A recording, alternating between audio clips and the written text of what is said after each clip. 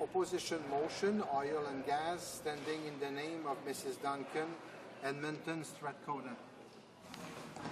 Ms. Duncan, Edmonton, Strathcona, seconded by Ms. Crowder, moves that this House notes the horror with which Canadians observe the ecological disaster unfolding in the Gulf of Mexico and their call for action to prevent such an event in Canada, and therefore calls on the government immediately to conduct a thorough review and revision of all relevant federal laws, regulations, and policies regarding the development of unconventional sources of oil and gas, including oil sands, deepwater oil and gas recovery, and shale gas, through a transparent process and the broadest possible consultations with all interested stakeholders to ensure Canada has the strongest environmental and safety rules in the world, and to report to the House for appropriate action.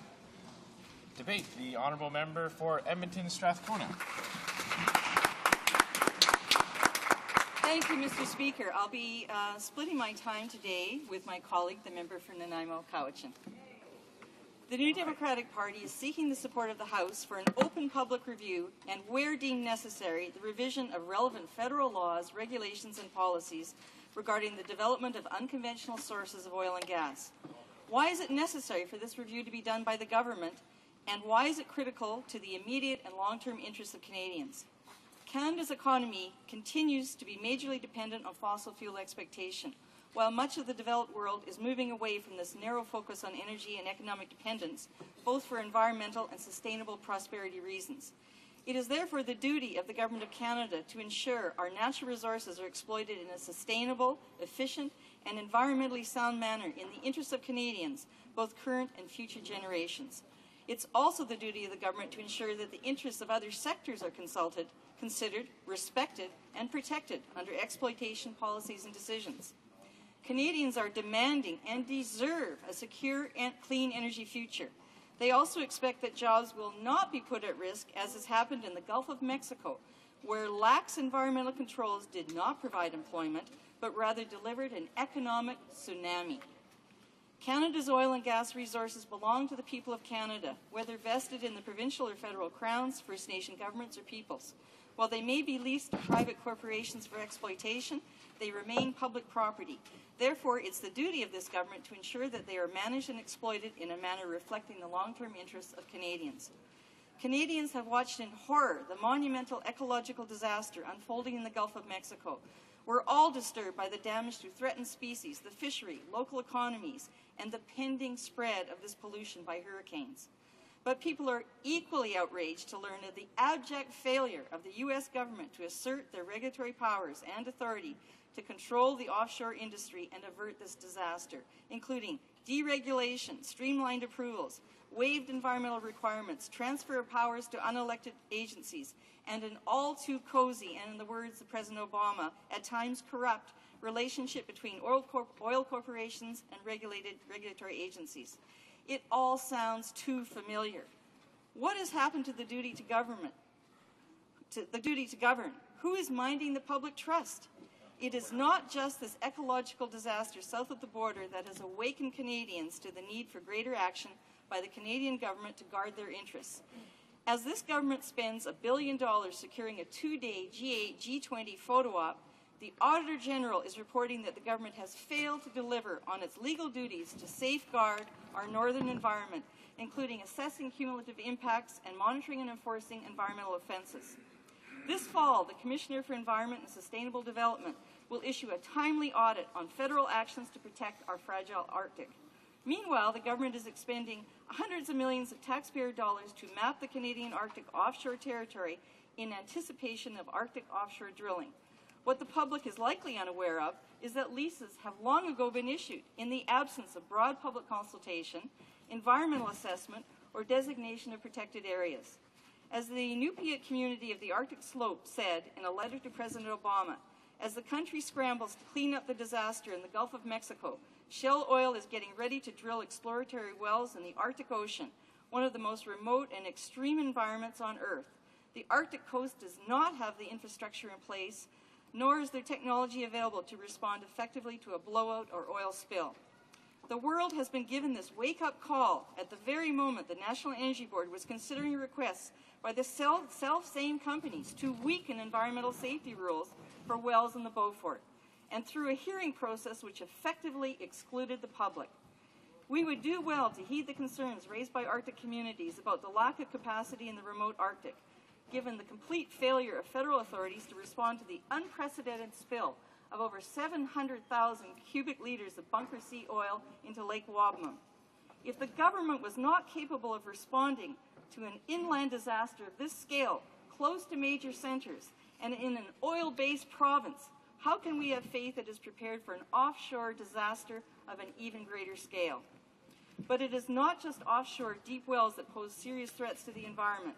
The Parliamentary Committee on Environment and Sustainable Development just reviewed the impacts of unconventional oil sands on the Peace Athabasca River Basin, and the Natural Resources Committee has only touched the surface of issues surrounding unconventional drilling. Yesterday, President Obama announced strong measures to redress what he described as the far too cozy relationship between the oil industry and regulators in that country. He counselled exploratory drilling permits in the Arctic Beaufort and Chukchi Seas, council proposed leases for Virginia's coast and Gulf of Mexico, suspended 33 current projects in the Gulf of Mexico, established a presidential commission to investigate causes of the spill, reversed the policy of fast-tracking, streamlining approvals, and in his words, all too frequent skirting of required environmental reviews, separating permitting and enforcement roles. The question we pose to this government is, will they expedite similar measures to address the failures identified by numerous past and ongoing reviews? Always keen to tout their desires to follow in the footsteps of the United States, will they also reverse their policy of fast-tracking and streamlining approvals for Arctic drilling? The National Energy Board has advisedly cancelled the hearing requested by the oil companies to relax safety and environmental requirements for Arctic drilling. They've now set a broader hearing on Arctic drilling. It's our recommendation this process instead be led by an independent review body under the direction of this government, and the terms be expanded to include all unconventional oil sectors on all three coasts and the oil sands. The current estimate of volume of oil spilled by BP's blowout in the Gulf of Mexico now eclipses the 1989 Exxon Valdez disaster, making it the worst in U.S. history. Can we imagine a spill of this magnitude in the Canadian Arctic, the West Coast, the East Coast, and the Peace Athabasca Delta? The Canadian Senate has called for emergency hearings on offshore drilling. National Inuit leader Mary Simon has supported the call to postpone offshore oil and gas exploration in the Arctic.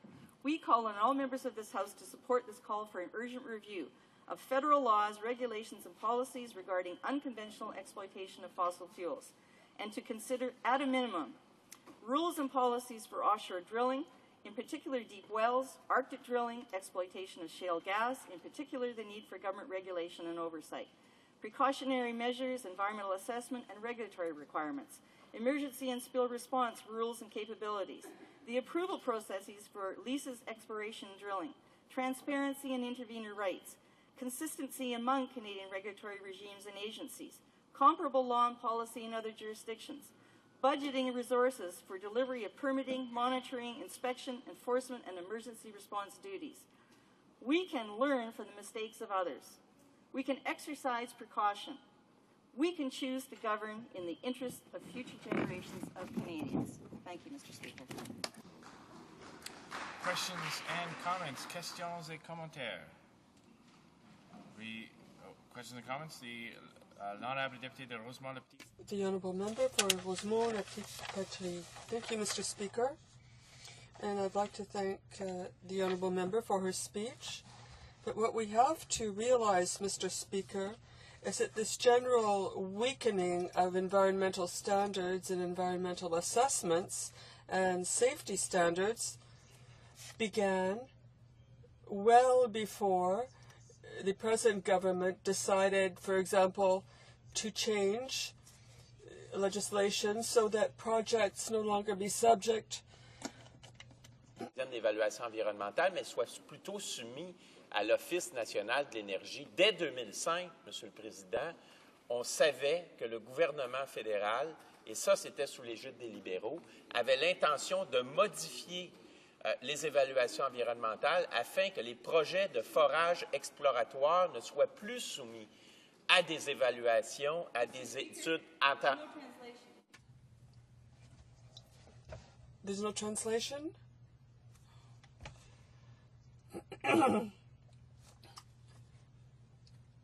There's translation now. Is it working now? Yes. I'll give an extra 30 seconds to the honourable member. Well, 30 seconds means I have no preamble. But what I want to know from the honourable member, is there translation? Yes. I'm asking the honourable member if it's normal that the government, the Liberal government in 2005, decided to no longer subject drilling projects to deep analyses. So the weakening of regulations is not only something that's been created by this government today, but by the Liberal government starting in 2005. Mr. Speaker, I'd like to thank the honourable member for his very cogent question. Indeed, for quite some time, the federal government is moving in the direction of deregulating this critical and risky ventures of offshore oil and unconventional oil. And unlike the United States, which actually requires there be an environmental assessment and public review of the issuing of leases to simply explore and do seismic work, in Canada, we've deregulated so that none of that is required. So we need to have an overall review of what direction we're going in Canada to make sure that our fragile areas are protected from unconventional deep water drilling and all other unconventional pursuits and exploits of resources that put our communities at risk. Questions and comments. Questions et commentaires. The honourable member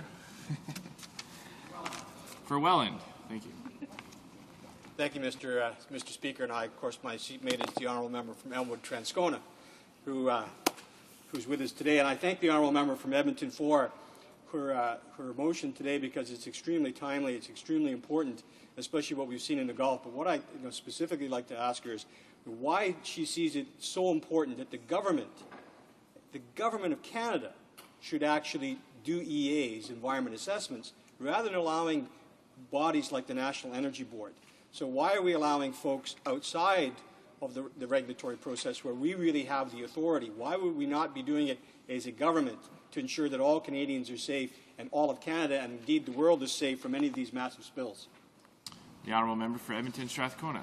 I'd like to thank the honourable member from Welland for his very cogent question. I would actually like to broaden my response a bit further. In fact, in Canada, it's Indian Northern Affairs that makes the decision whether or not they will lease those rights. But when they do that, they require no environmental impact assessment and there's no public scrutiny. In the case of the National Energy Board review of applications to actually drill, there's very little opportunity for the public to intervene because unlike provincial review bodies, such as the one in Alberta, who I give credit, the National Energy Board provides no cost to the public to intervene, whether or not they're First Nation communities, Inuvialuit, Inuit, people from Nunavut.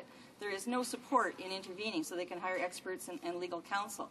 And many of these hearings are held at a far distance. In fact, the hearing the NEB was about to commence to weaken the rules for the drilling off the Arctic coast was going to be held in the high Arctic. So there was no way that communities outside of that area could intervene.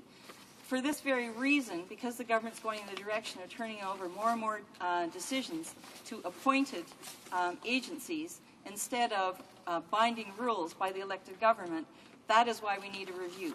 That is why President Obama has stepped in and called for a review and is ratcheting back the broad discretion that has been granted over far too many decades to regulatory agencies who are unaccountable to the people. Resuming debate, the honourable member for Nanaimo Cowichan. And I want to acknowledge the member from Edmonton Strathcona, both for sharing her speaking time with me, but also for bringing forward this very important motion. The member from Edmonton Strathcona has a strong and passionate voice for protection of the environment and certainly has turned a very critical lens on the current government's approaches to so-called environmental protection. I am pleased to speak to this important motion today. The members, the residents in Nanaimo Cowichan often raise issues around the health of the oceans in British Columbia, the fate of the wild salmon stocks, and our continued reliance on fossil fuels. And this is particularly why I wanted to speak to this motion. There are three things that are happening in British Columbia right now that are important to take note of. The first is that there is continuing pressure to remove the oil and gas, the oil tanker moratorium that's been in place since approximately 1972. The second pressure point in British Columbia is the proposed Enbridge pipeline that will run from the Alberta oil sands to Kitimat. And of course, the third is the continuing pressure to have offshore oil and gas drilling take place in some of the most fragile and volatile ocean waters in Canada. And although I would like to have the time to speak to all three of those matters, I'm going to focus primarily today on the offshore oil and gas, although I do want to quickly mention the tanker traffic because this is a particularly sensitive issue right now. In the Living Oceans press release, as a result of the oil spill in the Gulf of Mexico, they indicated that the Enbridge Gateway mega project would involve approximately 1,100-kilometer pipeline that would carry oil from the tar sands to Kitimat, where 525,000 barrels of oil per day will be loaded onto oil tankers that will thread their way down Douglas Channel to the Inside Passage bound for Asia. That works out to about 225 loaded, massive oil tankers per year, passing each other in the channel and other narrow, confined areas along the coast. In March 2010, the First Nations from the North and Central Coast and Haida Gwaii banned oil tankers from their traditional territories. The First Nations governments have taken action to protect the oceans that support our communities, said Art Sterrett. He's the executive director of the Coastal First Nations, and now we would like to see the same leadership from the federal government. The groups are pointing to the challenge of cleaning up the oil spill in the Gulf of Mexico as a grim reminder that failed technology and bad weather can make the impossible even harder. And many Canadians may not be aware of that particular area off the coastline, but it gets some extremely strong storms and huge waves, and it's a very, very sensitive ecosystem. And to take the risk of having the kind of oil spill that we're seeing in Mexico happen in those pristine waters would be catastrophic. I'm going to spend a lot of my speaking time referring to a report called A Review of Offshore Oil and Gas Development in British Columbia, published in May 2004.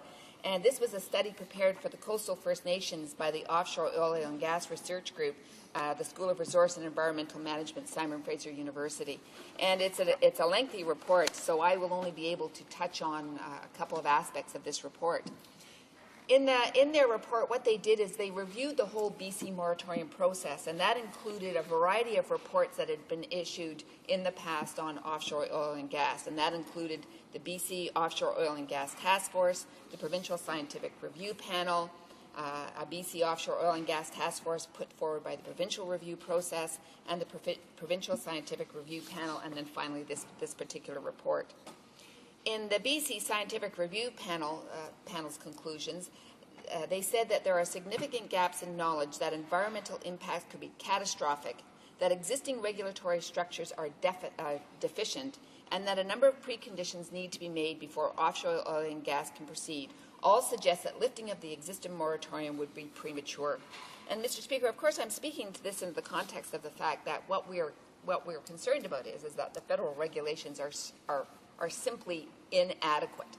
And when we raise some of the environmental issues that we're looking at in British Columbia, it becomes even more evident that the moratoriums, both for tanker traffic and oil and gas drilling, need to remain in place.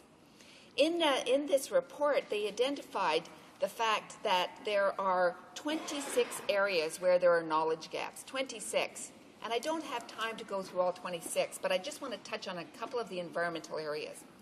They indicate that there are knowledge gaps include identification of valuable species, identification of stable areas, earthquake monitoring, and again, for Canadians who are not aware, we're in one of the very high earthquake zones in Canada, the highest earthquake zone in Canada.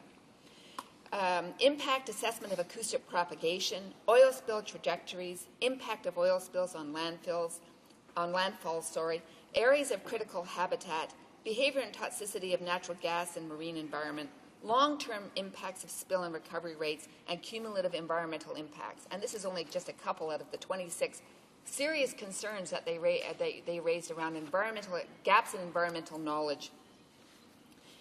They go on to say that offshore oil and gas would have negative environmental effects. These effects would occur at all phases, including exploration, development, production, and decommissioning. While some impacts are local and short in duration, others affect larger areas and last longer. Although there is consensus that negative environmental impacts would occur, considerable uncertainty regarding the exact nature and magnitude of these impacts exists. The uncertainty is due to several factors. First, research on environmental impacts of offshore oil and gas is incomplete. There are substantial gaps in knowledge. Second, impacts are unique to each ecological system. Results based on the experience of other regions would not accurately predict the impacts for BC.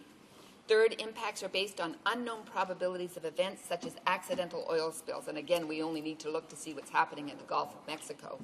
And fourth, impacts would vary depending on the type of regulations, management practices, and technology governing offshore oil and gas. They note that oil spill cleanup measures are largely ineffective in mitigating the impacts of oil spills. Cleanup efforts on average recover 5 to 15% of the hydrocarbons, and the cleanup process can itself cause additional environmental damage. Recent research shows that the impacts of oil spills last at least several decades, and recovery time from spills is therefore lengthy. I want to turn briefly to the arguments around economics. And we consistently hear that, particularly in some of these areas in British Columbia where there's high unemployment rates. And the argument always is, we need to do this offshore oil and gas development because it will bring jobs to our communities. Well, sadly, the evidence flies in the face of that. In this report, they did an extensive socioeconomic analysis. And they point out that offshore oil and gas is a very capital-intensive industry that generates few jobs and would rely on highly skilled services and equipment produced outside of British Columbia.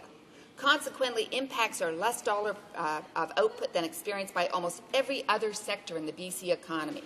For example, the oil and gas sector generates about 1.5 jobs, this is direct person years, per $1 million of output compared to forestry, where it's 3.5 jobs, fishing, hunting, and trapping, 3.5 jobs, and tourism is 22.23 jobs. They also go on to, they do a comparison with the Sable Offshore Energy Project in Nova Scotia. They say the investment in SOEP of $2.3 billion generated only 310 direct jobs for a ratio of $7.4 million per job created. Also, 90% of the revenue generated by gas production accrued to recipients outside of Nova Scotia, most in the forms of profits to the companies exploiting the resource. Nova Scotia received just 6% of the revenue in the forms of royalties and taxes, and employees located in Nova Scotia received 4%. So Mr. Speaker, I think there is a very, very strong counter-argument for why we would talk about job creation. I see I've only got 1 minute left, and in closing, Mr. Speaker, I think it's very, very clear that there is insufficient information to even consider lifting the moratorium in British Columbia. The community impacts, the socio-economic impacts, the impacts on the environment all need to be taken into account. And all of the key stakeholders must be at the table for any discussions around lifting this moratorium. That includes First Nations, communities, certainly business, and other government representatives. It must be an inclusive process that I would argue needs to respect the precautionary principle. And unless it can be demonstrated unequivocally that it's safe, that moratorium for the tanker traffic and for the oil and gas development must remain in place. Thank you, Mr. Speaker. Questions and comments, questions et commentaires. The Honourable Member for Vancouver East. Thank you very much, Mr. Speaker, and I'd like to thank the member from Nanaimo Cowichan because she really flags and I think raises the concerns that all of us in BC have about not only the Enbridge pipeline and the devastation that it could cause with, as she said, over 200 tankers traveling through very fragile waters, but also the moratorium that we have had on oil and gas development as well as tanker traffic. And I'd just like to ask the member about the Enbridge pipeline because there has been incredible and significant opposition in British Columbia from First Nations, from environmental groups, from local community organizations, from provincial and national organizations. I haven't yet seen anybody who thinks that this is a good development that should go ahead other than the proponents of the pipeline itself. So I just wonder if she might bring forward into the House the breadth and the scope of the opposition that there is in BC to this pipeline and how damaging it will be. The Honourable Member for Nanaimo Cowichan. I want to thank the member from Vancouver East for that very good question. In fact, I've got a headline here that says, First Nations declare opposition to Northern Gateway, heightening risk for Enbridge investors. And of course, what First Nations and other coastal communities are very aware of the Exxon Valdez oil spill and the kind of devastation it had in the north. And now, of course, watching what's happening in the Gulf of Mexico, many people in British Columbia simply cannot believe that we would even contemplate bringing over 200,000 oil tankers into, again, I've already mentioned it, some of the most pristine coastal areas in British Columbia. And of course, just a year ago, we had the collapse of the wild salmon stocks in the Fraser River. And one of the major concerns around any kind of oil and gas development or tanker traffic is the impact it could potentially have on an already threatened wild salmon stocks. We're very concerned about the overall health of the ecosystem. And British Columbians are signaling very clearly that they want the moratorium to stay in place. They do not want to see this kind of development in British Columbia. Questions and comments. Questions et commentaires. The Honourable Member for St. John's East. Thank you, Mr. Speaker, and perhaps I can move you to the other coast, in Newfoundland and Labrador, where there's a bay called Placentia Bay, a very large bay, which is subject to fog and other environmental weather hazards. But there's also a refinery at the head of the bay, as well as a transshipment port. A recent study by Transport Canada has indicated there's about 8,200 vessel movements per year. They're including tankers bringing oil to the refinery and refined products out, as well as all of the transshipment port for oil from the Grand Banks.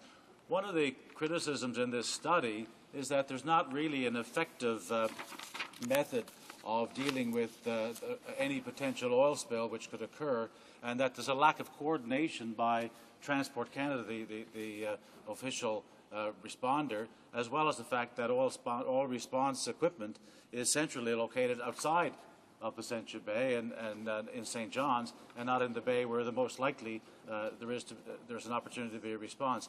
I'm wondering if this motion, this review were to take place, is that also the kind of examination that would be done and potentially change these regulations to make them tighter so that we could have an effective oil spill response? The Honourable Member for Nanaimo Cowichan. Thank you, Mr. Speaker, and I want to thank the member from St. John's East for that very good question. In the report that I was citing from Simon Fraser University, one of the challenges that they raised in the report was the fact that there are often no intergovernmental, never mind between the federal and the provincial government, but within the federal government itself, there is often no coordination around sharing information, around oversight and regulations. And of course, when we're talking about impact on oceans, we're talking about not only Environment Canada, we're talking about DFO, we're talking about the Ministry of Transport. And so what we would envision is seeing some coordinated effort in regulations so that we don't have this silo approach when we're dealing with some of these serious environmental issues. And again, when we're dealing with the oil spill, potentials for, first of all, the potential for impact of the oil spill, and then the challenges with the cleanup, it's absolutely essential that we have that kind of coordinated approach.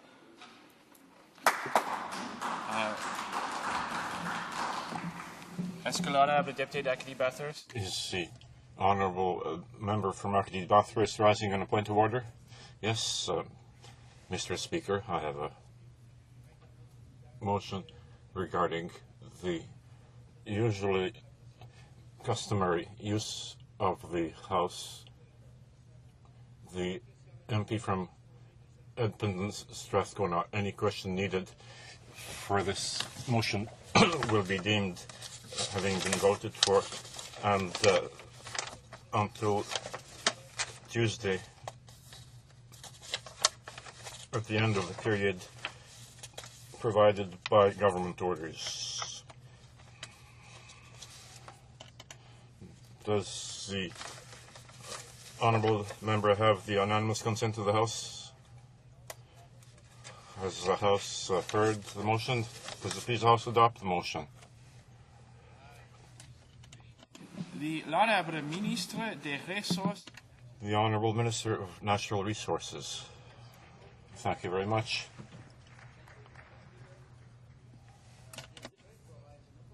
To reassure Canadians that when it comes to the development of our natural resources, the health and safety of Canadians, of our environment, remains the top priority of this Conservative government.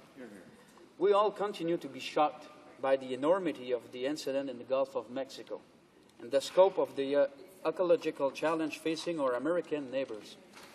As the Prime Minister said earlier this month, and I quote, "There are strong rules in Canada. There are rules for relief wells. The National Energy Board does not allow drilling unless it is convinced that the safety of the environment and the safety of workers can be assured. Let me assure all members of the House that we will continue to enforce stronger environmental standards in this country." End of quote. That is the fact of the matter, Mr. Speaker. En matière de recherche de ressources énergétiques, with regard to research in energy resources, environment protection, and workers' security and safety, it's one of the best in the world in Canada. that efforts to cap the oil leak in the Gulf of Mexico will soon be successful. Media around the world are following this story closely, and no doubt, countries around the world will be taking a long, hard look at their offshore activities as a result of this disaster. Here in Canada, our regulators have already moved swiftly by launching a review, placing additional requirements to ensure that all equipment, systems and procedures are in place to ensure safe operations and to protect the environment. On May 11th, the National Energy Board announced a review of Arctic safety and environmental offshore drilling requirements. On May 20th, the Canada, Newfoundland and Labrador Offshore Petroleum Board announced special oversight measures for current drilling by Chevron in the Orphan Basin. In addition, the Government of Canada has a team in place monitoring the efforts in the Gulf of Mexico. I'm happy to tell the members that current regulatory requirements for offshore drilling are substantial and meet a high standard. I'm confident that after a thorough review, one of that takes the unfortunate incident in the Gulf of Mexico into close consideration. Canada's safeguards will stand the test of scrutiny. And if they fall short, make no mistake about it, they will be strengthened. Let me repeat that again so that all of my honourable friends in this chamber clearly understand. If the NEB's reviews indicates in any way that our safeguards fall short, they will be strengthened. Donc, Monsieur le Président, Thus, Mr. Speaker, Canadians are glad to learn that right now we have very strict environmental standards and we have a well-developed offshore drilling safety system. The gas and petroleum equipment used for offshore drilling are regulated by some of the strictest rules in the world. Right now, there is no offshore drilling in the north. Please let me repeat this because there seems to be a great deal of confusion about this. Right now, there is no oil well being drilled in the far north, not one. And if any drilling were to be done in the future, the National Energy Board, who is responsible for this kind of application, would evaluate each application in its compliance to federal standards. Regarding the East Coast, the Newfoundland Labrador has offshore oil resources, and they have the same responsibilities, and they are as strict as the rest of Canada. No drilling can be done unless the plans are certain to be safe for workers and for the environment, and that there is adequate intervention measures in case there were some kind of oil spill. And this work is done in close cooperation they often contact other regulatory organizations in the world to learn the needed lessons from what's happening elsewhere in the world. Canadians to understand that when it comes to offshore activities, decisions are made with the greatest care and only after a very thorough examination of all factors. Currently, there is no drilling or oil production occurring in the offshore in Canada's north. Also, there is a moratorium on oil and gas exploration and production in northern Hudson Bay. And just recently, the moratorium on the Georges Bank, offshore Nova Scotia, was extended to the end of 2015. As can be expected in a matter of such great importance, the NAB review process will be open, transparent, and extremely thorough. It will include opportunities for any Canadian citizen, and especially Aboriginal people, to get involved. À la lumière du déversement dans le Golfe, on examinera In the light of the Gulf oil spill, we'll look at the effective measures that could be taken to reduce the risk of such an accident here. For the time being, Mr. Speaker, we have a robust and solid regulatory system. And like all Canadians, I'm very sad to see all the damage, both environmental and economic, caused by the oil spill in Mexico. And I'm convinced that the Conservative government wants to make sure that such a disaster never happens here in Canada. Regulations as they apply to the oil sands. As a recent article in the Calgary Herald pointed out, and I quote, "In the case of the oil sands, the size of the resource has been defined, the exploration risk is non-existent, and the environmental challenges fall into the remediable category." End of quote. That is the first point. The same level of risk does not exist. It is just not there, Mr. Speaker. And secondly, let us also remember that the environmental regulations that apply to the oil sands, like those that apply to Canada's offshore, are among the toughest anywhere. But there are some concerns, and they are being addressed. One of the concerns is the use of the water. On that point, I should tell you that less than 1% of the average annual flow of the Athabasca River is used in the oil sands. A water management framework is in place. Within that framework, water flow in the Athabasca is monitored on a weekly basis, and withdrawal limits are adjusted accordingly every week. Land use is also a concern, Mr. Speaker. Any application for new development in the oil sands must include a thorough and detailed plan for reclaiming and remediating any land that may be disturbed by the operation. That is a condition of license. Tailings are managed and monitored according to the strictest of environmental requirements. And it must be noted that environmental performance in the oil sands is improving steadily. Between 1990 and 2007, GHG emissions per barrel of oil production dropped by close to 1/3, one of the best records of achievement by any sector in Canadian industry. The capture and storage of carbon will enable us to reduce substantially our emissions, our carbon emissions from the tar sands. This technology will also enable us to reduce emissions from the production of coal-based electricity. The Working Group Canada-Alberta on the capture and storage of carbon has estimated that the widespread application of this technology will enable us to substantially reduce GHG emissions in Canada to the tune of 600 million tonnes annually, which is about 3/4 of our current annual emissions. We cannot ignore this potential technology. The government is continuing to invest in research and demo projects to fine-tune this technology.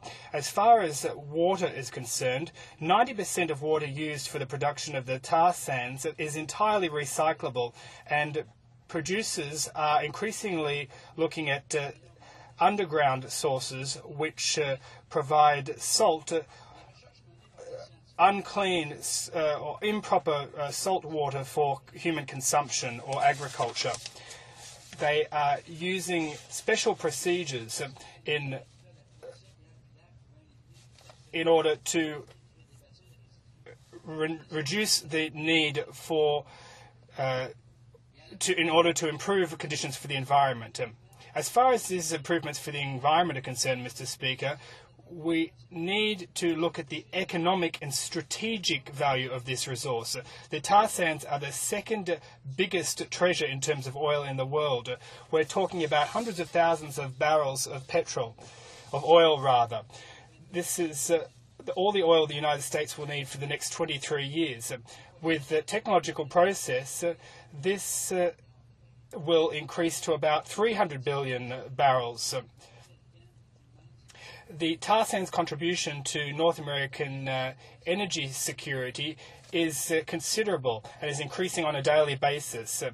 The International Energy Agency and other experts have told us that oil will be the main source of fuel in the world for many decades to come. That's a fact. And we may not like it, it may be shocking, we can continue to develop alternative energy sources, but they're the facts of the matter. And when you're trying to be a responsible government, you have to face facts, accept the reality of the matter. So I repeat, oil will be the main source of fuel in the world for many decades to come. So we have to use it in a cleaner way in the future, and that's what this government is doing. The International Energy Association believes that global demand for oil will increase by 35% over the next 20 years. We need to increase our competitivity and ensure the viability of our own economy. The energy security of the United States, as well as the well-being of the US economy, are very crucial to Canada. The tar sands have provided direct and indirect jobs to about 250,000 of Canadians in 2008, and these benefits help our entire country. According to a major study conducted by the Canadian Energy Research Institute, 44% of jobs generated by investments in the Albertan tar sands are outside that province. Over the upcoming 25 years, the tar sands alone may contribute $1.7 billion. That's $170 billion to Canada's GDP. That means 326,000 good jobs. And I'll say it again, good jobs for Canadians from coast to coast to coast. Very important to our future prosperity and quality of life in Canada, and to the energy and economic security of our most important trading partner and number one customer, United States. Of equal importance is the fact that these tremendous resources, not just oil sands, but our offshore oil and gas and any other new energy resource from shale gas to methane, will be developed according to what is the most thorough and demanding safety and environmental regulatory regime in the world. And no development will proceed until it's proven that it can be done in safety with full respect for our environment.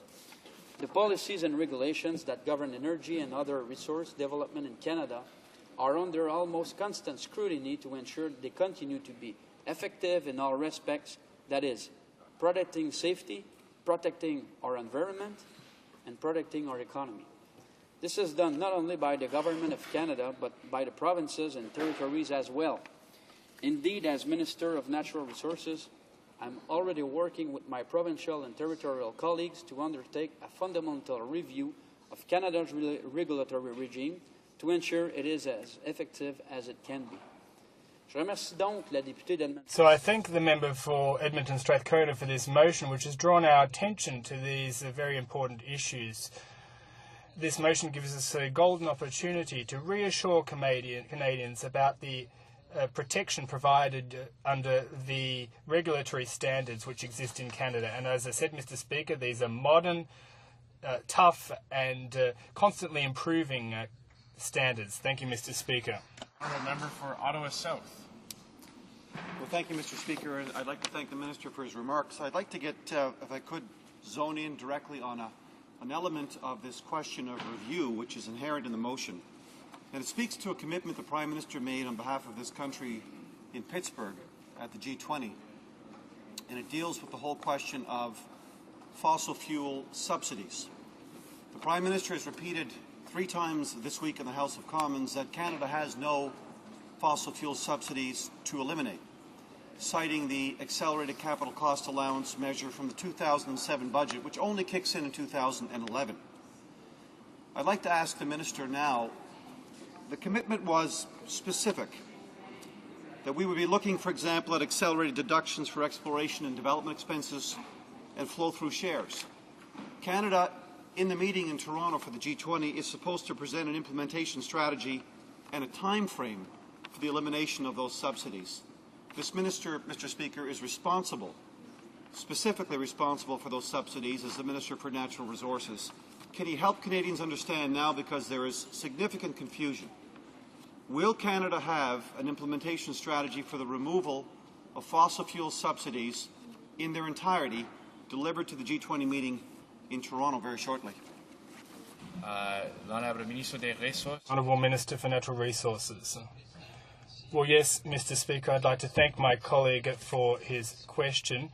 Indeed, the accelerated capital cost allowance was an initiative, an incentive put in place by the previous Liberal government. But I think what's important here is to note what our Prime Minister said loud and clear, not only in this House but everywhere throughout the world, and that is that we need to eliminate subsidies. And Canada is a leader on that count, and in fact we will continue to provide leadership. There have been undertakings made in Pittsburgh, and we're now going to continue at the G8 and G20 comment to consolidate that. I think Canada has some of the fewest subsidies in the world. We have an open economy. We're a model for others to emulate, and I hope we continue in that vein. I'm very pleased with our Prime Minister's leadership, and we're a champion when it comes to eliminating subsidies. We're to continue to focus on that and demonstrate leadership in that respect. The Honourable Member for Rosemont-la-Petite-Patrie. Thank you, Mr. Speaker. I'm a bit surprised today by the remarks made by the Minister. He says that the current situation is reassuring when it comes to current and future drilling in Canada. But the fact of the matter is it's not. To the south, there's President Obama, who said there's going to be a moratorium. They're going to wait for the findings of a investigative commission. And yet 400 kilometres offshore from Saint-Jean-Terre-Neuve, the Minister wants to continue drilling. And what are the officials telling us? That if there were an accident, there'd have to be a Gulf of Mexico driller able to drill a relief well, and it could take 11 days before the drilling machine would come and 4 to 5 months to drill a relief well. So here's my question, Mr. Speaker. How can the Minister claim that this state of affairs is reassuring when it comes to the current drilling, when the office in Newfoundland says that it could take all that time to drill a relief wall? Is that reassuring? The Honourable Minister of Natural Resources.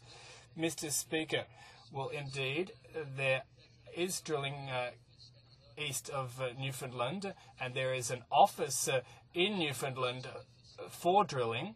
And that office has announced on the 20th of May that it would tighten oversight and monitoring measures and initiatives. So that's what's happening currently. We're not working in silos. We're not working in stovepipes. There's a National Energy Board that's reviewing all the rules. And we're happy that the Americans have suspended drilling activities in the north, because that means, for all practical purposes, that they're in line with us.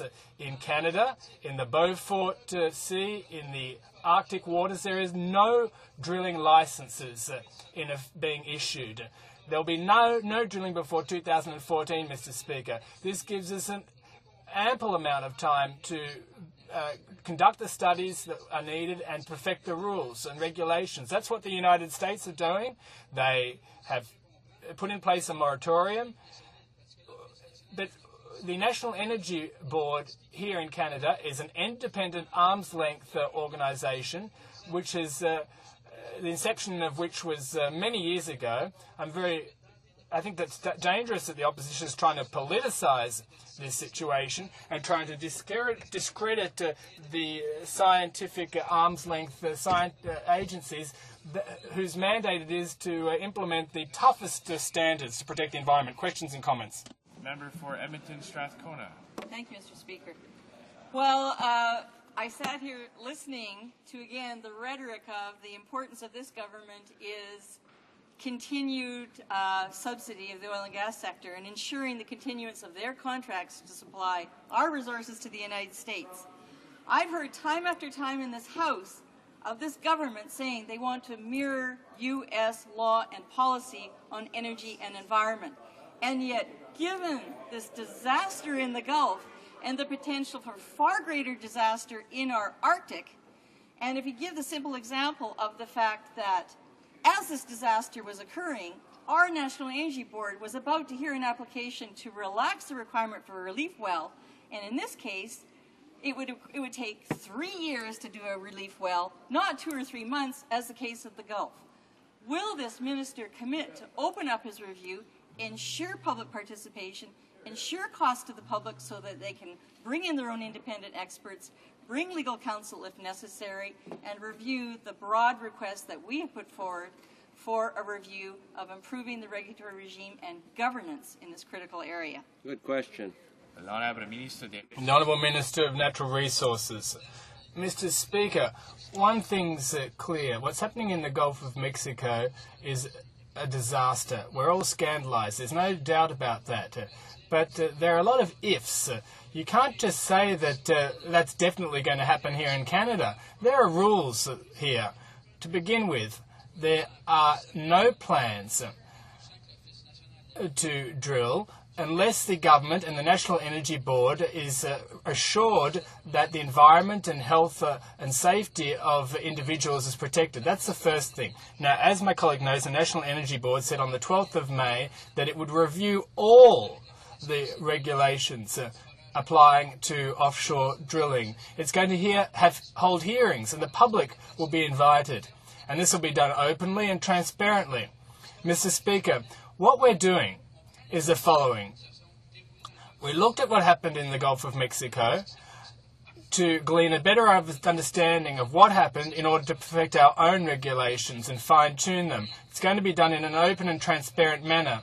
In the intervening period, there are no licenses being issued in the north. There are no licenses in the Beaufort Sea. There's nothing happening right now. So for all practical purposes, there'll be nothing until 2012. There are not even any ships up there. There's no drilling activity whatsoever. So that gives us 5 years minimum to fine-tune our knowledge in this area. And that's why I said that it's reassuring to see that the Obama administration in the US has decided to put in place an independent arms length agency like we've had for many years, and secondly, that's going to put in place a moratorium and suspend activities so that they can have a better understanding of how to protect the environment in the future. Prince George. Mr. Speaker, due to some of the statements by the opposition, many Canadians have been somehow led to believe that there is, in fact, a full-blown drilling process going on in the offshore in the far north, and that's simply not the truth. And I think in view of the misleading statements made by the opposition in the past few weeks, I think it's appropriate the minister maybe would stand and specifically deal with that question, ensure Canadians that there is absolutely no drilling going on offshore in the far north. Thank you, Mr. Speaker. Honourable Ministre des Ressources Naturelles. The Honourable Minister of Natural Resources. I'd like to thank the Honourable Member for his question. There is no authorization for drilling in the Arctic or the Beaufort Sea. Mr. Speaker, if projects were to be finished, the ones that are on now, it would take 5 years. It'll take 5 years for these things to finish, and so we'll have the time with the National Energy Board to consult and to improve what we have now. Everyone wants that, and that is what we're dealing with and we're studying now. Honourable Member for West Vancouver, Sunshine Coast, Sea to Sky Country. Monsieur le Président, Canadians must harness the momentum we achieved in our spectacular year of the Olympic and Paralympic Games. Here, here.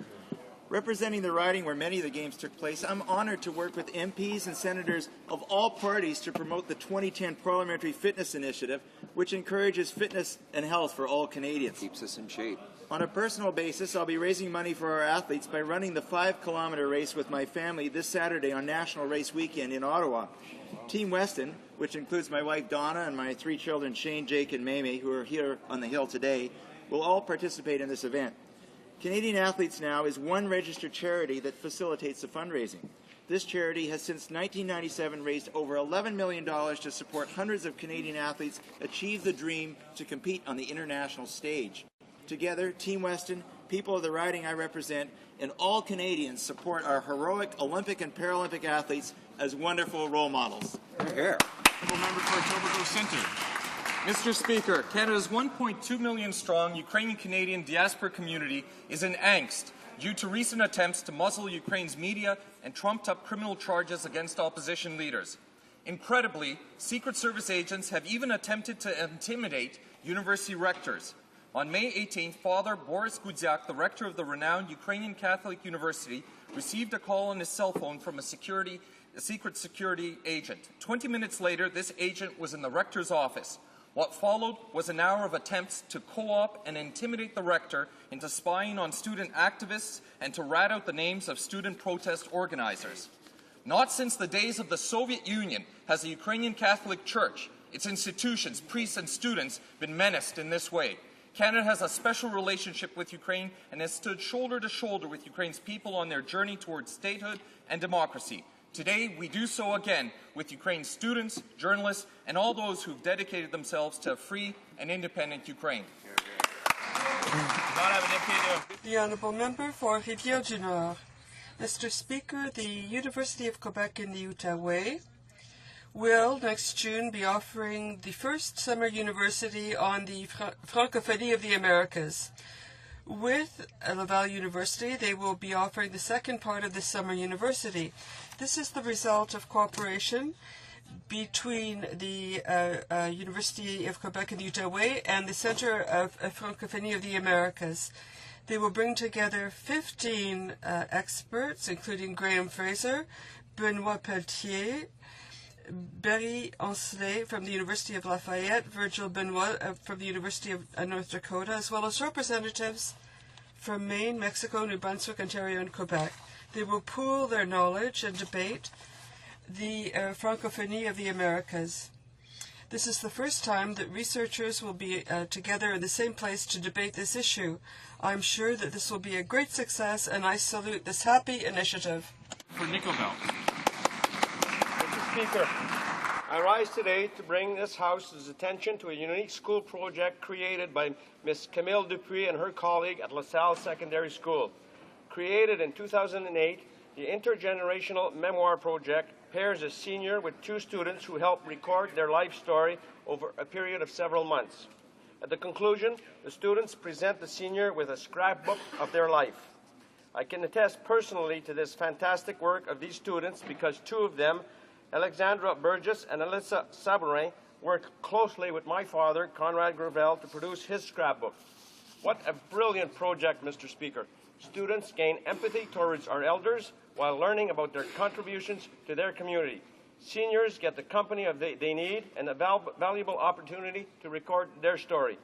I commend Ms. Dupuis and the students who have participated over the past 3 years, as well as the school and the school board for their support of this project.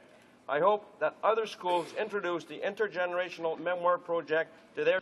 The Honourable Member for Kenora. Thank you, Mr. Speaker. I rise today to celebrate the accomplishments of an extraordinary constituent. Betty Thompson recently won a Partners in Excellence Award for her volunteer efforts at the Dryden Regional Health Centre. This award recognizes individuals that are committed to the hospital's values and perform outstanding actions that enhance the patient's experience. Betty started volunteering in 2004. She spent 4 hours a week as a front desk greeter and happily took on increasing responsibilities to the point that she now contributes more than 60 hours per month. Last year, Betty completed an Ontario Superhost certification by participating in a workshop that aims to build the skills and techniques needed to achieve service excellence. Mr. Speaker, Volunteers make the difference for many organizations, and I know that patients appreciate her commitment and dedication. According to her nominator, Betty treats everyone with a smile and a helpful hand, an extra special touch. Betty is yet another constituent who puts the great in the Great Kenora riding. The honourable member for York West. It was on this day in 1927, Mr. Speaker, that Liberal Prime Minister Sir William Lyon Mackenzie King approved the Old Age Pension Plan. In this historic step, Liberals enacted Canada's first major public welfare legislation, extending income benefits to needy seniors. Sadly, the Conservatives opposed the move even then. Then in 1963, when Liberal Prime Minister Lester Pearson began working on the Canada Pension Plan, the Conservatives again stood firmly in opposition to the idea of retirement income security for working Canadians. The Conservative Party clearly has a long history of opposing improvements to Canada's pension structures. They oppose the Liberal old age pension, they oppose the Liberal idea of the Canada Pension Plan, and today they continue to stand in the way of real pension security. When will this Prime Minister set aside his party's shameful history on pensions and admit that their more talk, less action approach is a barrier to real pension reform? Honourable member for Nepean Carleton. Every so often, members from all parties come together with little fanfare and do the right thing for the people they serve. This week's Human Resources Committee is one such example. The committee is studying the Fairness for Military Families Act, inspired by Major Duquette, who brought the idea to my attention some months ago. He was trying to correct an injustice in the EI system, which denies military families benefits for which they paid and gives criminals better treatment than soldiers. Major Duquette testified before the committee by teleconference, and his wife testified here in Ottawa in person.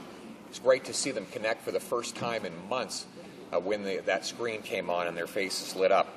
After the testimony was done, the committee unanimously passed the bill, which shows that when we come together to serve soldiers, their families, and all constituents, we can do the right thing and get things done. Thank you. The Honourable Member for Longueuil-Pierre Boucher.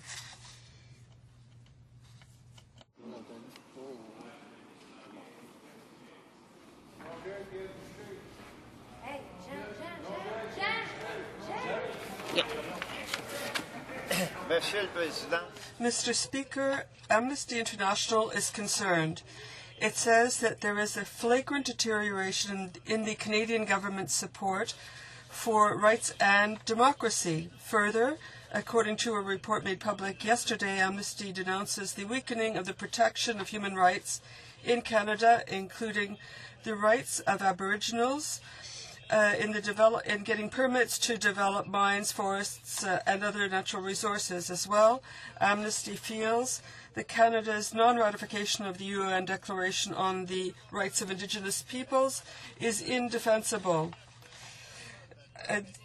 Amnesty also criticizes the treatment of Afghan detainees and points out the fact that the child soldier Omar Khadr is the only Westerner still in Guantanamo. If they want to stop looking like a laggard and a throwback with respect to the rights of human rights, they have to act.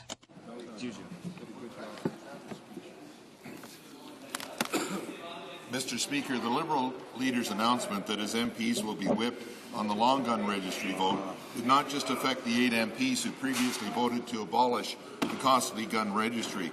In my riding of Kootenay, Columbia, it also drove away a prospective Liberal candidate, Brent Bush. He said Liberal leader, quote, has reversed his position and stated that third reading of the bill would now be a whipped or forced party vote.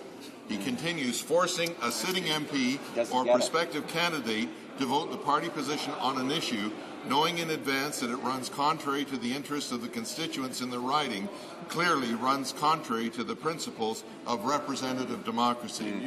Mr. Speaker, the Liberals' definition of getting tough on crime is to punish farmers and duck hunters. These 8 Liberal MPs need to do the right thing, vote to scrap the long gun registry or vote to keep it. The Honourable Member for Hull Aylmer. Mr. Speaker, yesterday the Quebec Minister of Public Safety came here to ask Conservatives and New Democrats to save the gun registry. Why? Because it has saved 2,100 lives. Is this too expensive for the Conservatives and NDP? Do they think $4 million is too much to save 300 lives? And this compared to the $1 billion that will be wasted on security for the G8, G20. How many lives could be saved with this amount of money? It would be 300 lives a year for 250 years. This makes 75,000 lives saved. This would pay for the registry for the next 250 years. That $1 billion would save 75,000 Canadian lives. The Quebec Public Safety Minister has said it. The Conservative message on law and order is completely inconsistent with their policies. Thank you. The Honourable Member for L'Opinion Chute-la-Chaudière. Mr. Speaker, a University of Calgary study confirms what we have always known. The Liberal plan to increase the tax burden will kill jobs. The study points out that the Liberal plan is very ill-advised and will harm our competitive edge. Our government knows that a lighter tax burden will create jobs. This is why tax relief is a key component of the Economic Action Plan, which has led to the creation of 285,000 new jobs since last July. Although the recovery remains fragile, the Liberals would increase the tax burden. Mr. Speaker, the fact that the leader of the Liberal Party wants to increase corporate taxes, hike the GST, and develop a carbon tax shows once more that he doesn't care about Canadians. He's just in it for himself. Mr. Speaker, yesterday I joined with steelworkers from Port Colborne and many others in a rally on Parliament Hill, calling on the government to end foreign takeovers to destroy Canadian jobs in the name of foreign profits. The painful consequences of such deals are all too real for my constituents. Valley Inco workers have been off the job for 11 months. They and their families have suffered serious hardships as they fight for a fair deal they need and the respect they deserve. Yesterday, Valley Inco finally agreed to resume negotiations in June using a provincial mediator. While this is good news, Valley Inco is still trying to leave some workers out in the cold. Employees discharged while on strike have been told they'll never work for the company again. This shameful behavior is possible because this government failed to protect workers and our economy when it allowed this foreign takeover. And the Conservatives still refuse to step in and push Valley Inco to negotiate in good faith. Canadians deserve better. I call on Valley Inco to negotiate a fair deal for all workers, including discharged employees, and on the Conservatives to finally stand up for Canadian workers and their families. Honourable Member for Brandon Souris. Thank you, Mr. Speaker. Mr. Speaker, good news bears repeating, and I'm pleased to inform this House that on Wednesday, Bill C-13, the Fairness for Military Families Act, passed through committee with unanimous support. This bill will ensure that Canadian Forces members who so proudly serve our country will no longer be prevented from spending quality time with their new children when they return from duty. Major Duquette, who originally brought this issue to the attention of the member from Nepean Carleton, appeared via teleconference from Kabul, Afghanistan, and his wife Anne appeared in person. Major Duquette stated that having this bill pass will be the greatest accomplishment of his proud military career because this bill will have a lasting impact on the lives of military families. Mr. Speaker, I urge all parties to help ensure the swift passage of this bill so that military families can get access to these benefits they so richly deserve. Hear, hear. The Honourable Member for Vaudreuil-Soulanges. Mr. Speaker, the Minister of the Status of Women and the Minister of International Cooperation have been saying all week how important it is to save the lives of women and children who die for lack of care in developing countries. But this International Day for Women's Health leads me to ask, do these ministers know that by refusing to fund access to abortion for women in developing countries mean that 70,000 women will die because they don't have access to this service? Does this government have no compassion for these women who are dying because of dogmatism? It's all well and good that the Conservatives say they don't want to reopen the abortion debate, but do backbench members not have the freedom they need to table bills that would limit access, and this with the approval of the PM, who is a control freak. The Conservatives have to listen to what the public of Quebec and Canada are saying and fund access to abortion in developing countries while maintaining the service in Canada. Mr. Speaker, on Wednesday at Public Safety Committee, the member for St. Boniface launched a disgraceful, baseless attack against Toronto Police Chief Bill Blair. She said, quote, "There are officers who did suffer consequences at the hands of chiefs like Mr. Blair, who did transfer them out when they spoke out against the gun registry. That is why they are silenced today and are afraid to come forward," close quote. It's a shameful smear of Chief Blair, who has worked for 33 years in nearly every policing function in some of this country's toughest neighbourhoods. The Canadian Association of Chiefs of Police says the gun registry keeps our communities safe. The Canadian Police Association says the same, joined by the RCMP, paediatricians, physicians, victims, labour and women's groups. Ontario's Attorney General says its support for the gun registry is unprecedented. The government should be standing with police instead of smearing them. They should stand with victims, stand with doctors, save lives by saving the gun registry. The members should apologize for an appalling, unjustifiable attack. It is conduct unbecoming of a member of Parliament. The honourable member for Regina, Lumsden Lake Centre. And what we've known all along, the Liberal leaders' plan to raise taxes will kill jobs. In fact, the University of Calgary study says the Liberal tax hikes would lead directly to 233,000 lost jobs. They call the Liberal leaders' plan, quote, seriously misguided, and one that would put Canada at a, quote, disadvantage among OECD countries. Earlier this year, another independent study said the Liberal leaders' GST hike would cost Canada 162,000 jobs. Our government knows that lower taxes create jobs and fuel economic growth. That is why lower taxes have been part of Canada's Economic Action Plan, a plan that has created some 285,000 net new jobs since last July. At a time where our economic recovery is fragile, the Liberal leaders' tax hikes would kill almost 400,000 jobs. Calling for tax hikes that will result in the loss of hundreds of thousands of jobs shows yet again that the Liberal leader is not in it for Canadians, he's just in it for himself.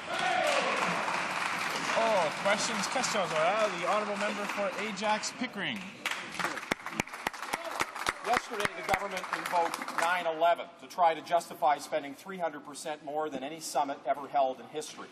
Since 9/11, there have been 11 summits, including London, England, who just last year were able to hold their summit for 5,000% less. They did it $1 billion cheaper. Using the word security isn't a get-out-of-jail-free card. You can't use it to avoid accountability. How did the government allow this summit to become by far and away the most expensive meetings ever held anywhere in history? Well, Mr. Speaker, since the tragic events of 9/11, increased security has unfortunately become a fact of life. Security costs money, and we are hosting 2 international events back-to-back, which is unprecedented. Mr. Speaker, all the costs have been budgeted for and are on target. As we have seen with the Ottawa firebombing and the damages in Toronto last night, events like the G8 and G20 meetings, they attract thugs and other fringe elements that are desperate for attention. Canada, as host of the G8 and G20 meetings, has to be prepared to respond to any possible situations or threats to our guests, and that's exactly what we're doing. Member for Ajax Pickering. The only thing unprecedented is the cost. I said there was 11 summits, all of them incredibly cheaper. In fact, London was 5,000% cheaper just last year. Clearly, this government doesn't get it. We're in a recession. Thousands of Canadians don't have a job. The Conservatives have run up the biggest deficit in Canadian history. We can't afford a $1 billion binge on 72 hours of meetings. Now the public safety minister says, quote, the costs are very expensive, and questions if, quote, these types of meetings are necessary. Why on earth did he not ask any questions before he signed off on $1 billion? Well, Mr. Speaker, Canadians were shocked last week over the firebombing of a Royal Bank in Ottawa and the damages last night in Toronto. Prime example of why we need to be prepared to face thugs who would threaten our safety. We are on track to host a safe and secure G8 and G20 summit. Our security plan has been developed and costed by Canada's best experts in the field, and it is budgeted money. We're honoured to host this world's most influential leaders at the summits this June. And unlike the Liberal leader who has said that he is ashamed of Canada, we are proud and ready to showcase Canada on the world stage. honourable member for Ajax Pickering. The issue is not security, it's incompetence and mismanagement. This government says they can't afford improved DI benefits for breast cancer survivors. They tell police and firefighters there's no money for the families of those who died in the line of duty. They tell those who lost their job that in this recession that they don't have the budget to help. But they have $1 billion to spend on the most expensive 72 hours of meetings ever held.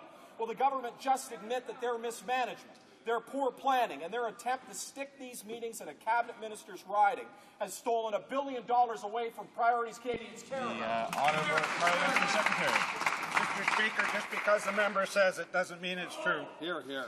Canada is honoured to host the world's most influential leaders at the G8, G20 summits this June. The G8 and G20 summits are major events, and hosting these summits requires complex security planning to ensure we're prepared. The priority with all events of this importance must always be the safety and security of Canadians, participants, and our visitors. We were successful in hosting a safe and secure Olympic Games that Canadians can be proud of, and we will ensure the summit security is as effective and as well managed. Well done. Member from Laval-Les-Îles.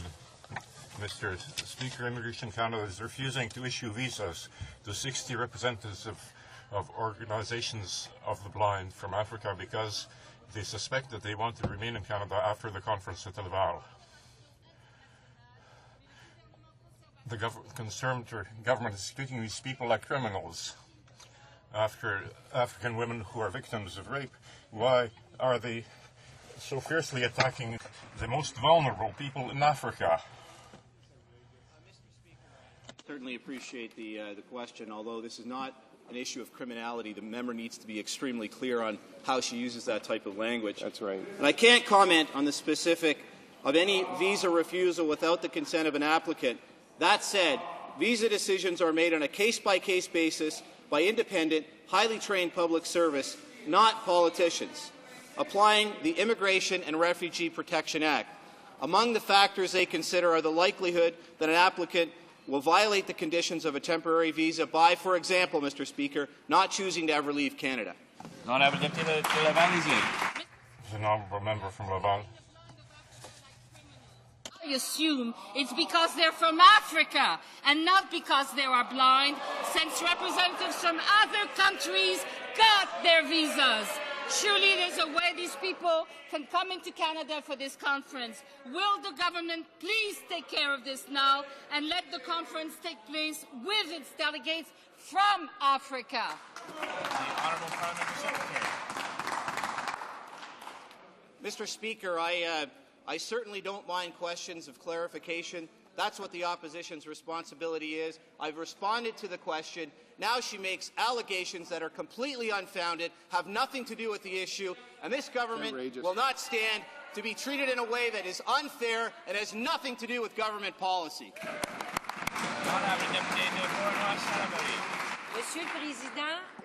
Mr. Speaker, the cat is out of the bag. The Minister of Finance is counting on the pressure from companies whose shares are traded on the stock market to convince Quebec to adhere to the Canadian Commission of Stocks and Shares. We can see that there's no such thing as a voluntary belonging to this organization.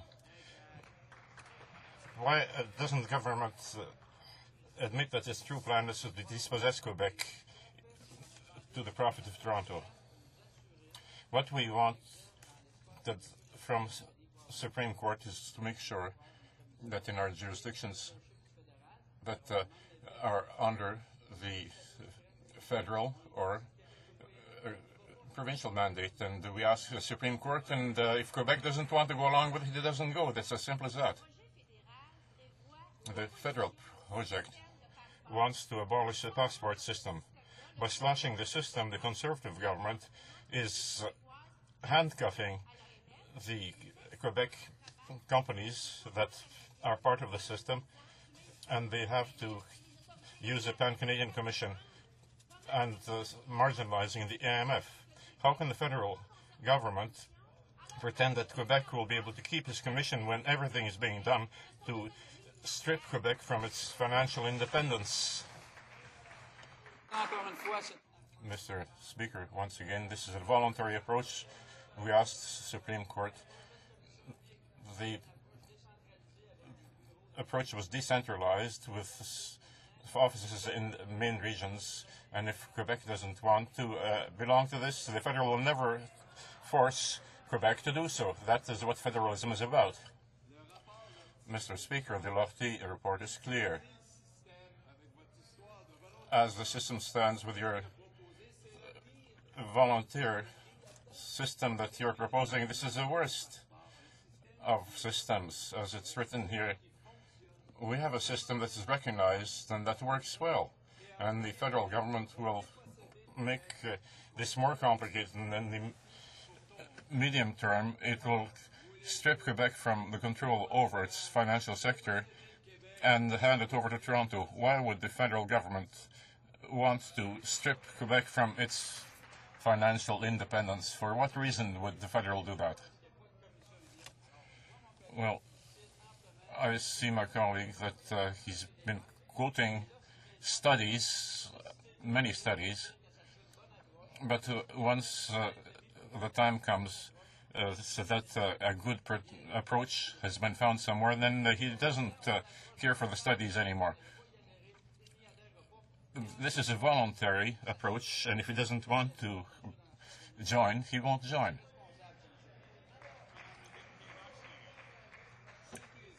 Mr. Speaker, the National Assembly decries your strong arms tactics. Mollison, Canam, Cascade, Jean Coutu, Québécois, Power Corp, Transat, Transcontinental, Industrielle Alliance, Le Capital, Escule, Process, Fonds d'Action. And the list goes on and on. Instead of serving Quebec, why are you servile Quebecers?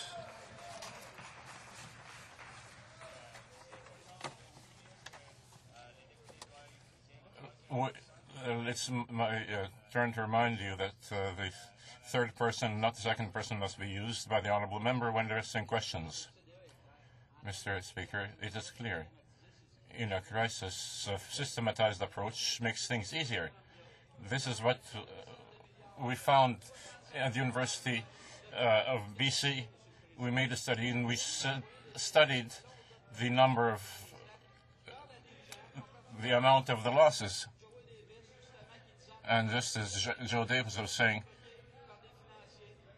this had been discussed by financiers, and this smacks of white-collar crime, Mr. Speaker.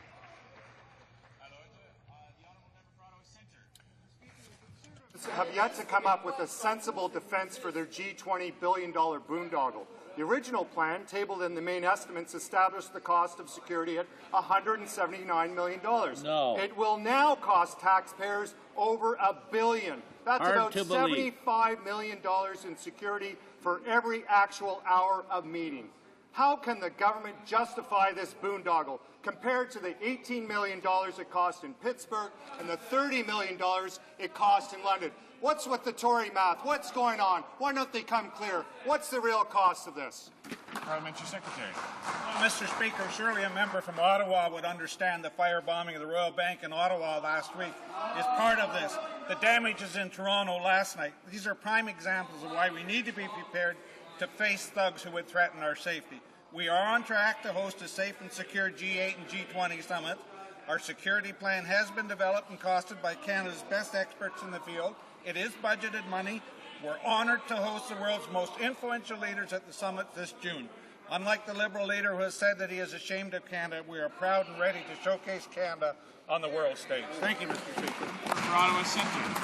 Mr. Speaker, we need more than talking points. We need answers. 5 months ago, the Prime Minister promised that Canada would champion maternal and child health in the developing world. Yet, with less than a month to go to the G8 meetings, there's no government plans for any funds announced to back it up. The government is spending $1 billion on sound cannons and tear gas. Why can't we see that kind of money go to children and women on maternal health. Where's the money for that? Why can't they spend $1 billion on sound cannons and tear gas, but not commit at least $1 billion? The Honourable Parliamentary Secretary. Well, Mr. Speaker, Canada is honoured to host the world's most influential leaders at the G8, G20 summits this June. The G8, G20 summits are major events, and hosting these summits requires complex security planning to ensure that we are prepared. The priority with all events of this importance must always be the safety and security of Canadians, participants, and our visitors. We were successful in hosting a safe and secure Olympic Games that Canadians can be proud of. We will ensure the summit security is as effective and well managed, and my friend from the NDP would vote against anything. L'Honourable Deputy d'Acadie Bathurst. The Honourable Member for Macadie Bathurst, Mr. Speaker. If the government had looked at this in the right way, it could have given 160,000 more people employment insurance benefits, and 120,000 students would have been able to pay for tuition fees. And the objectives of the Millennium for Development to save the lives of 10 million women and children. Shouldn't this be the priority of the summit? It provides a unique opportunity for Canada to show leadership on the world stage. The G8 will focus on broader issues of development, democracy, and peace and security. We're honoured to hold the world's most influential leaders at the summits this June. The scope and magnitude of the security operations associated with hosting two major summits back-to-back is unprecedented, representing the largest deployment of security personnel for a major event in Canada. We are on track to host secure G8 and G20 summits. The Integrated Security Unit and its partners have a comprehensive approach to security planning. The security plan has... The Honourable Member for Malpeque. Mr. Speaker, the incompetence of this Conservative government knows no bounds. First, the Conservatives created a billion-dollar boondoggle trying to shoehorn the G20 into Huntsville as a political plum to the industry minister. Now, an infomercial by the same minister shrilling for his friend to sell supplies to the Chinese army. The Prime Minister knew about this boneheaded stunt 2 years ago. Why have they kept it a secret for 2 years and allowed the minister to consistently violate the rules? Parliamentary Secretary to the Prime Minister. Mr. Speaker, the honourable member invented a verb, shrilling. I think he meant the adjective shrill to describe his own question. Mr. Speaker, I notice he did not mention in his question the issue of jobs and the economy, because this industry minister is working hard to advance both of those causes. Yesterday, experts confirmed that we've known all along, the Liberal leaders' plan to raise taxes will kill jobs. The University of Calgary says Liberal tax hikes would cost 233,000 lost jobs. Earlier studies have shown that a Liberal GST hike would cost 162,000 jobs. That's the real issue. The Honourable Member for Malpeque. Spin and diversion will not change the facts in this story, Mr. Speaker. It will not change the facts. Worse, the minister still doesn't understand that he violated the rules. He said he's ready to act as a TV huckster again. Unbelievable. A Conservative cabinet minister as an ad man for Conservative friends with privileged access. That's wrong, Mr. Speaker. It's a blatant violation of Treasury Board Policy, Section 23. If the Prime Minister won't act, will the Treasury Board Minister act against this violation? Order. The Honourable Parliamentary Secretary. Mr. Speaker, that member's question was like sham wow without the wow. And, this member should stand up and wow all of us with an explanation as to why it is that he is voting to keep the billion-dollar wasteful long gun registry, which he promised in election after election to eliminate. This Minister of Industry has followed all of the rules. He's working to create jobs across the land. His work on the Economic Action Plan is succeeding. It's helping Canadians get ahead. He's bringing hope to all of us. And I ask all members to congratulate this great minister for the excellent work. The Honourable Member. Thank you, Mr. Speaker. in this House, we dare to put questions to the government on their plans or how they're going to clean up oil spills. We only get empty answers. We never get any details on any plan for cleanup. Could the minister tell us what the government would do if there was an oil spill off our shores? Could the government present us a document that would reassure Canadians, proving to them that it is ready to respond to a potential catastrophe? Mr. Speaker, we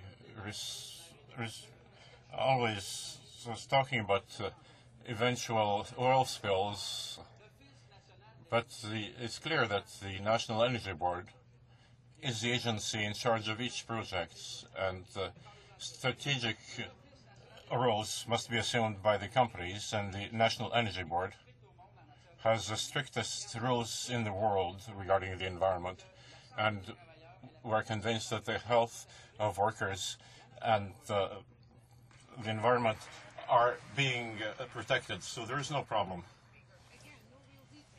More posturing with zero credibility. President Obama has called for a full review of the government's plan to ensure that oil drilling is safer. Meanwhile, the Conservatives do nothing but talk. With 3 separate coasts vulnerable to possible oil spills, why is the government persisting in its refusal to re-examine the issue? Why this denial of the obvious, such as the need for a real contingency plan? Once again, the National Energy Board announced on May 12th that it would begin a review of all rules and regulations.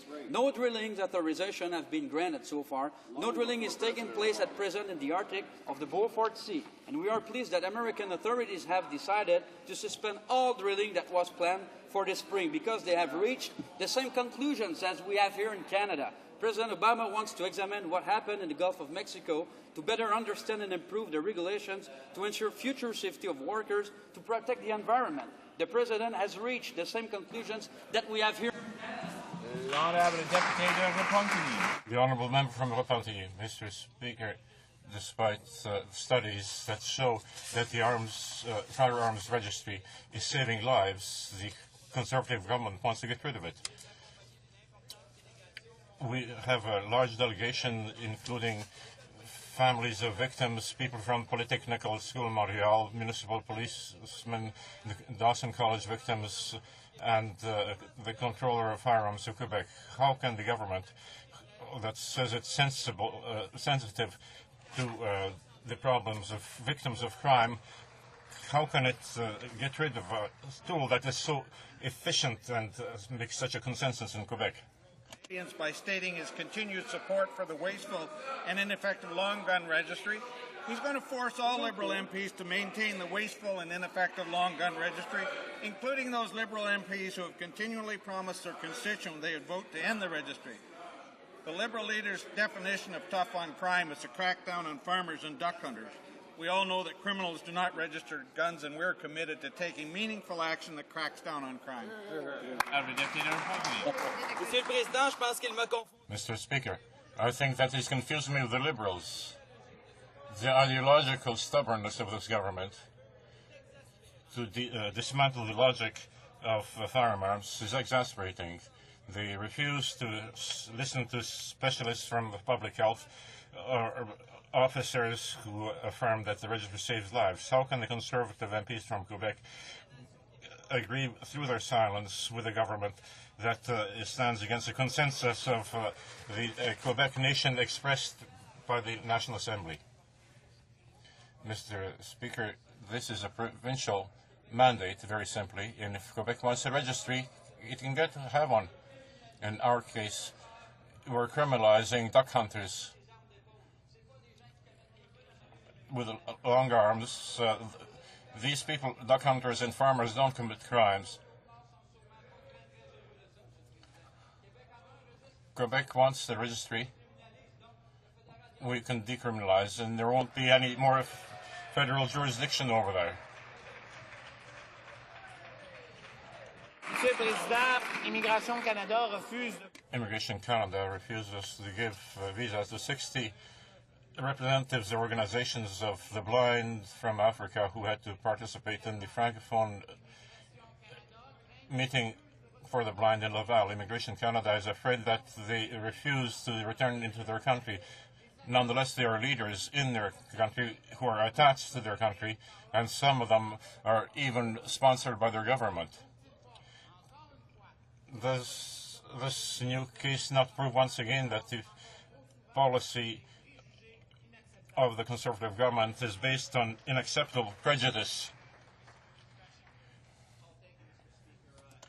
I certainly have answered this question previously from the Liberal Party, and the one thing that is consistent between the Bloc and the Liberals is that they tend and they want to use words like prejudice and bigotry as if it works and if it's effective.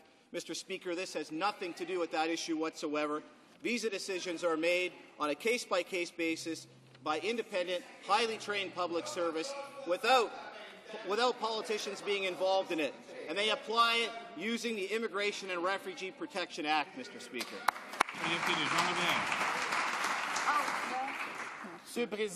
Mr. Speaker, the minister had the power to control this, and once again he shows that there's a lack of flexibility on the part of this government that has a serious impact on the Quebec conference industry.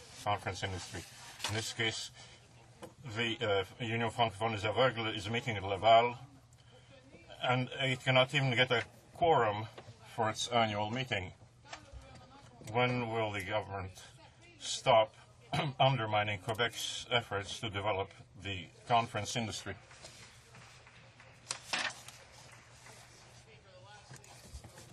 Done is try to stop Quebec businesses and the industry itself from moving forward. You look at the Economic Action Plan, that's exactly what it does for Quebec and the rest of this country. That's right. In terms of the decision, Mr. Speaker, if we've got parties on the other side of the House who want to bash and trash our public servants, we won't have that on this side of the House. They help us in terms of directing policy. They help this country move forward. We're going to continue to work with them and support them, even if the opposition won't.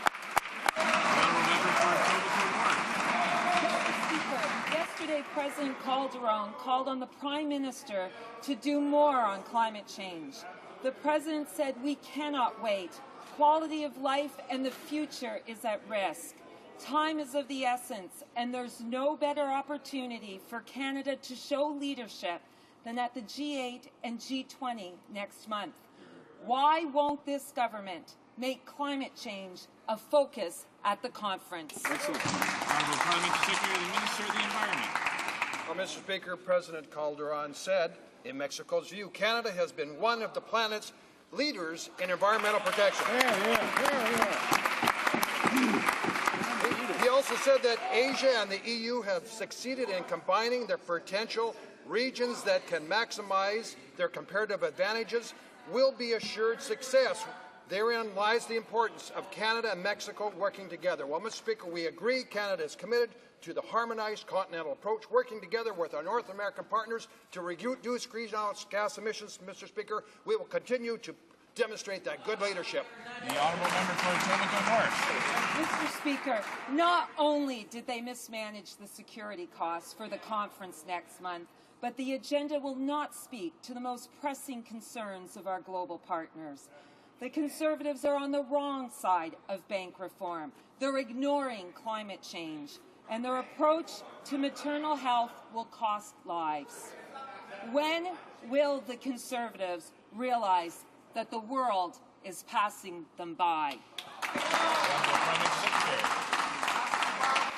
Mr. Speaker, the only party in this House that's been an absolute failure on the environment is the Liberals, with the support of the NDP and the Bloc. Mr. Speaker, this government is committed to reducing greenhouse gas emissions. We have great programs. In fact, is in the budget, Mr. Speaker, $8 million for cleaning up the Great Lakes. $18 million for the government's annual reporting on environmental indicators. $9.2 million for Arctic meteorological research and navigation. Mr. Speaker, why are all those members voting against these good environmental programs? The Honourable Member for Guelph. Canada's agri-retail sector has pleaded for help to secure its sites where massive amounts of explosive fertilizers and drug-producing chemicals sit without proper security from the nefarious plans of terrorists and drug dealers. President Obama has instituted security tax breaks for the industry to secure American sites, while in Canada, Conservative ministers refuse to even meet with agri-retailers to keep Canadians safe? How can this government spend $1 billion for 72 hours of security for the G8 and G20, yet spend years with their head in the sand, ignoring Canada's own security threats? The Honourable Minister of Agriculture. Well, Mr. Speaker, the member absolutely makes our point for us. We are committed to security. We're proving that with the G8 and the G20 summits. Having said that, we continue to work with agri-retailers. There seemed to be some miscommunication coming out of the Liberal years when they're left hanging high and dry. We'll work with them, Mr. Speaker, and make sure that Canadians are well served on all fronts. Mr. Speaker, most recently a terrorist attempted to explode a car bomb packed with fertilizers in Times Square. If that car bomb had been filled with the Canadian fertilizers that this government leaves completely unprotected, the bomb would have killed hundreds of innocent people, terrorized a nation, and cost billions in economic losses. The government's own members from Edmonton, St. Albert, Yorkton, Melville, and St. Boniface have joined with the official opposition and the industry asking for action to keep Canadians safe. With all that's at stake, what excuse does this government offer for its continued neglect of our public safety? The Honourable Minister of Agriculture. Well, Mr. Speaker, I'm left in a bit of a quandary here. If that member was so concerned about this issue, why didn't he raise it on all the cross-Canada tour that his committee just did? Why did he not bring it up at that point? There'll be a report coming up, Mr. Speaker. He's screaming about raising it in the House. That's not real Canadians, Mr. Speaker. I'm not sure why he didn't bring it forward at those committee meetings when we actually had agri-retailers before us. We continue to work with the sector, Mr. Speaker. He continues to fearmonger about things that happen in other parts of the world. We'll continue to work with the sector, Mr. Speaker, in the best interest of everyone. The Honourable Member for Chatham-Kent Essex. Mr. Speaker, Canada's Economic Action Plan is at work in communities across Canada with historic infrastructure and lower taxes for Canadian families. With the OECD and the IMF predicting Canada's economic growth will grow and lead G7 nations, and with 285 new jobs created since last July, it's clear our plan is working. In fact, an OECD official said that Canada's economic performance, quote, shines. Could the parliamentary secretary tell this House what the experts are saying about the Liberal leaders' tax hike plan? The Honourable Private Secretary of the President of the Treasury Board. Mr. Speaker, I'd like to thank my colleague for that excellent question. It's a good question. Yesterday, an important study was released. It confirmed the Liberal business tax hike would lead directly to 233,000 lost jobs. Oh, my goodness. Earlier this year, another study revealed a Liberal GST hike would cost Canada 162,000 jobs. Wow. We now have independent evidence that these two Liberal tax hikes alone would kill nearly 400,000 jobs. Incredible. Our Conservative government knows lower taxes create jobs and fuel economic growth. That's why we've cut the GST and over 100 other taxes since forming government. Excellent. The Honourable Member for Vancouver East. Thank you, Mr. Speaker. The big city mayors met this week and are calling for a national housing strategy, saying homelessness needs immediate attention. Yet the Conservatives refuse to take a leadership role. Two single mums, a cancer survivor, and a father of four have been forced to take this government to court for a decent place to live. They want the minister to sit down with the stakeholders and implement a national strategy to deal with this crisis. Will the government finally wake up to the growing housing problem in this country and support a national housing strategy? Absolutely. The Honourable Private Secretary of the Minister of Human Resources. Mr. Speaker, while this member talks about a national housing strategy, we've been out there doing things nationally to ensure those that are most vulnerable have a roof over their head. In fact, Mr. Speaker, over 3,500 projects across the country from province to province. We're taking action while they're talking about the possibility of taking action. And Mr. Speaker, what's the paradox is they voted against all of the measures that we have taken to help those that are homeless. Well, Mr. Speaker, the same old announcements of the same old dollars won't solve Canada's housing crisis. The minister knows full well that the Conservative government is ready to cut $500 million a year in federal support for existing affordable housing units. The FCM and over 50 major organizations across the country have endorsed Bill C-304 for safe and affordable housing. Will this government support the bill and sit down with all levels of government to implement a national housing strategy? The Honourable Parliamentary Secretary. Mr. Speaker, let me reiterate the dollars that we've been spending for homelessness, $1.9 billion over 5 years, a significant investment. For others, like the seniors, $400 million.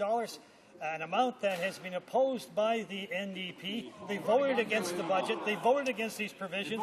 Another $75 million for those that are disabled, $400 million on First Nations reserves, $200 million in the North. And that party voted against each and every one of those provisions, and they're talking about a national policy, Mr. Speaker. The Honourable Member for Saint-Maurice Champlain. Mr. Speaker, the Attica mix from Wemitoshi, Obedijuan and Manuan are waiting in dread as extremely intense foreign forest fires threaten their community and have even forced many of them to be evacuated. We already know that there'll be considerable losses. Can the Minister of Indian Affairs tell us what steps he intends to take to quickly come to the assistance of these thousands of people in distress? Minister of Indian Affairs. Thank you, Mr. Speaker. We're aware of the situation. Our officials have been working with the First Nation and with the province, who are primarily responsible for the evacuations that are necessary and for the work that will be done. We'll do everything we can to help in this circumstance. Thank you, Mr. Speaker. The Honourable Member for Berthier-Masquinongé. Mr. Speaker, last week the company Kruger in Trois-Rivières announced a layoff of 440 workers. While the forestry industry copes with interest rates of up to 25%, the Conservative government is dead set against offering loan guarantees. How can the government claim that its programs are doing the job, quote unquote, when job losses are piling up in the forestry sector? The Honourable Parliamentary Secretary. Thank you, Mr. Speaker. Our Conservative government is acting and will continue to do so to assist this key sector of our economy. The Minister for Economic Development of Canada for the Quebec regions announced with the Deputy Premier of Quebec and the Minister responsible for the Green Plan and the Delegated Minister for the fund, Mr. Serge Simard, announced assistance measures for hundreds of thousands of dollars. This will help in transforming this sector for the long term, Mr. Speaker. Victoria. Thank you, Mr. Speaker. My question is to the Prime Minister. Last Thursday in Cape Breton, Sydney celebrated Ports Day.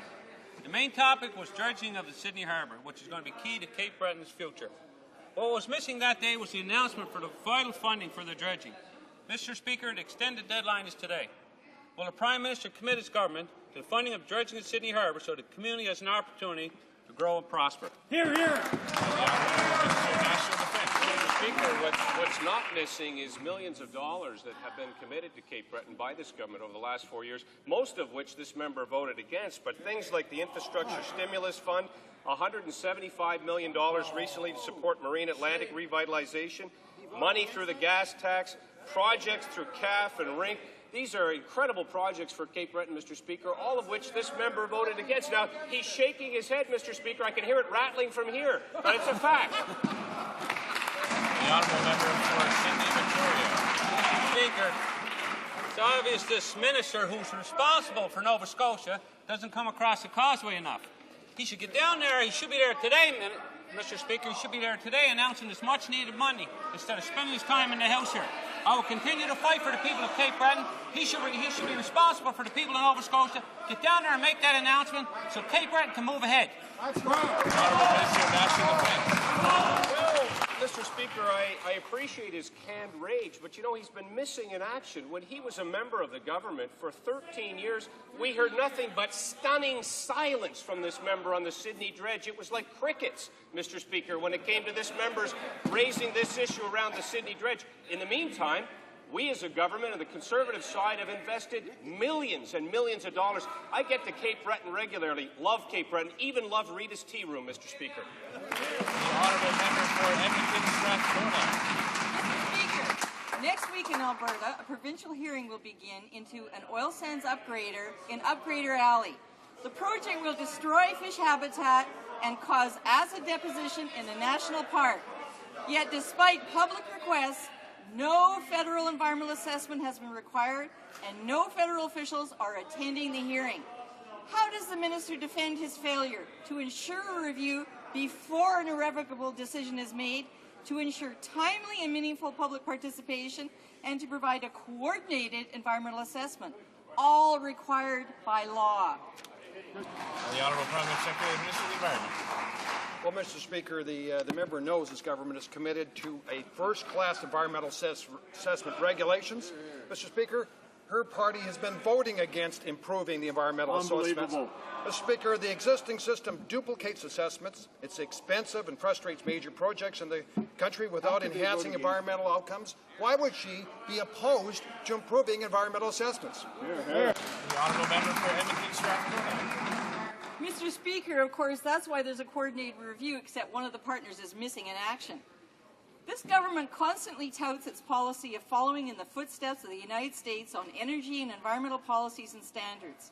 Given this, will the government today commit to upgrade Canadian laws governing oil and gas leases to at least provide the same public rights to scrutinize the process and require environmental assessment as provided in U.S. law and not in Canadian law?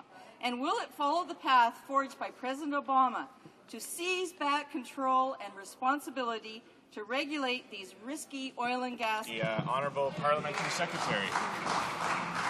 Well, Mr. Speaker, the member does know that this government is committed to an environmental assessment that is improved. We have a harmonized continental approach, Mr. Speaker, with the Obama administration, but she's opposed to that. Why would she be opposed? What President Calderon said is good Canadian leadership on the environment. Why would she oppose that? The Honourable Member for Lanark, Frontenac, Mr. Speaker, the Public Safety Committee heard yesterday from a frontline policeman who stated that the long gun registry, and I quote, represents the largest and most contentious single waste of taxpayers' dollars, and that it can do nothing to prevent criminals from obtaining firearms. Our Conservative government continues to stand with rural Canadians and against the unfair targeting of law-abiding gun owners. Would the Parliamentary Secretary please tell the House why NDP and Liberal MPs should listen to their constituents rather than their party whips before voting on Bill C-391? Thank you. Parliamentary Secretary and Minister of Public Safety. Thank you, Mr. Speaker, and I thank the member for his question.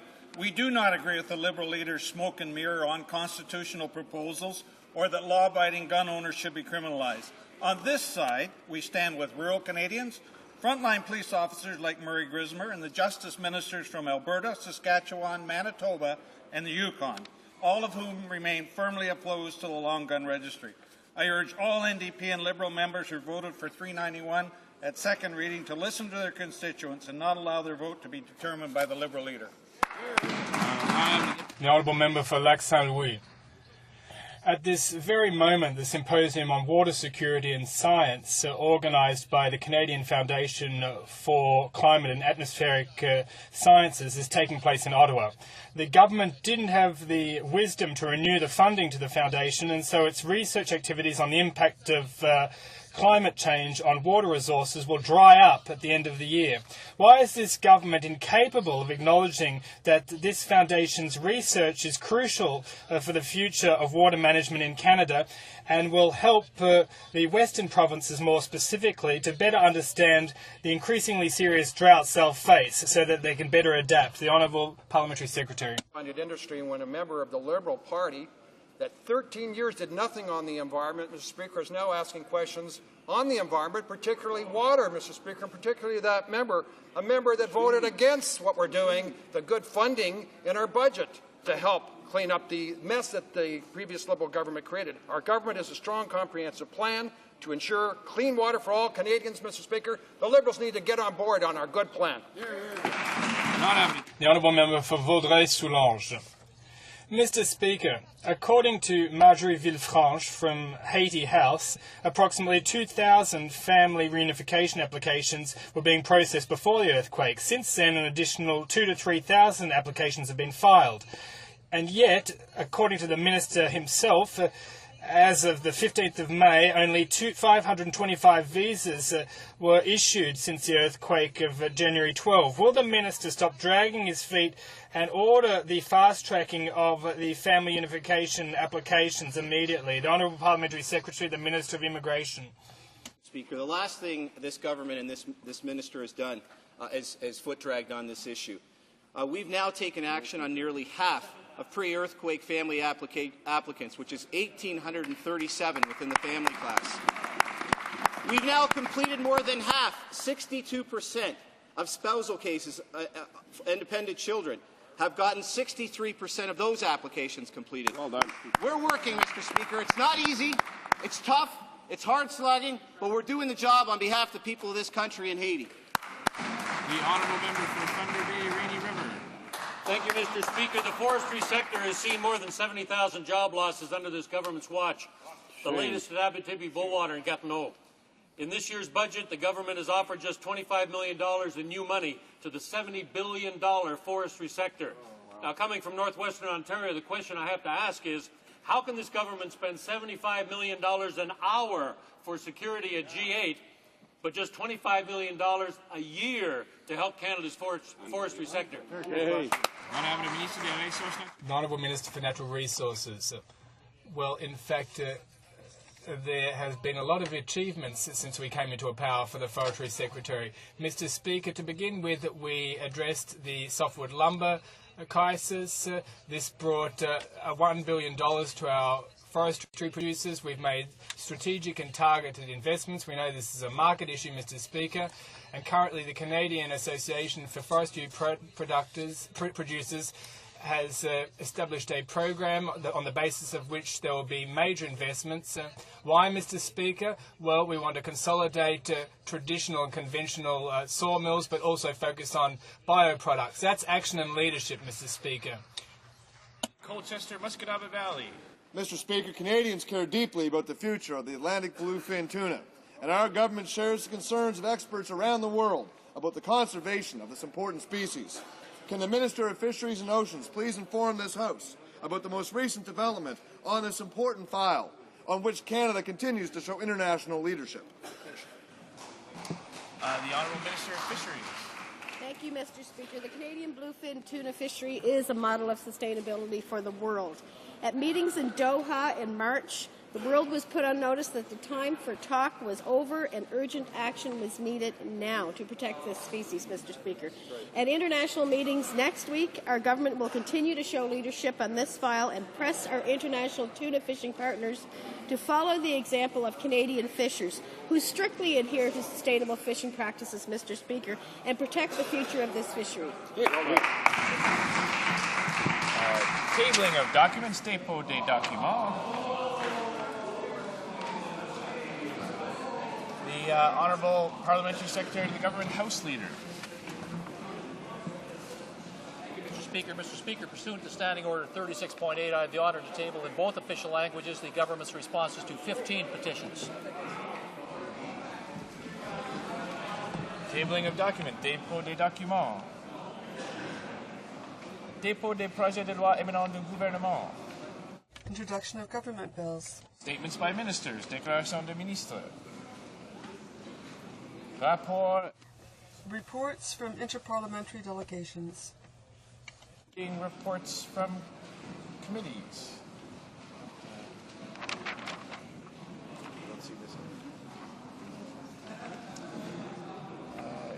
Introduction of private members' bills. Première lecture de projet de loi d'intérêt. First reading of Senate public bills. Motions, motion. Presenting petitions, présentation des pétitions. The Honourable Member for Elmwood-Transcona. Well, thank you, Mr. Speaker. I have two petitions to present today. Mr. Speaker, the first one is signed by dozens of Canadians and is a call for Health Canada to reverse its authorization to allow caffeine in all soft drinks. Health Canada announced on March 19, 2010, that beverage companies will now be allowed to add up to 75% of the caffeine allowed in the most highly caffeinated colas to all soft drinks.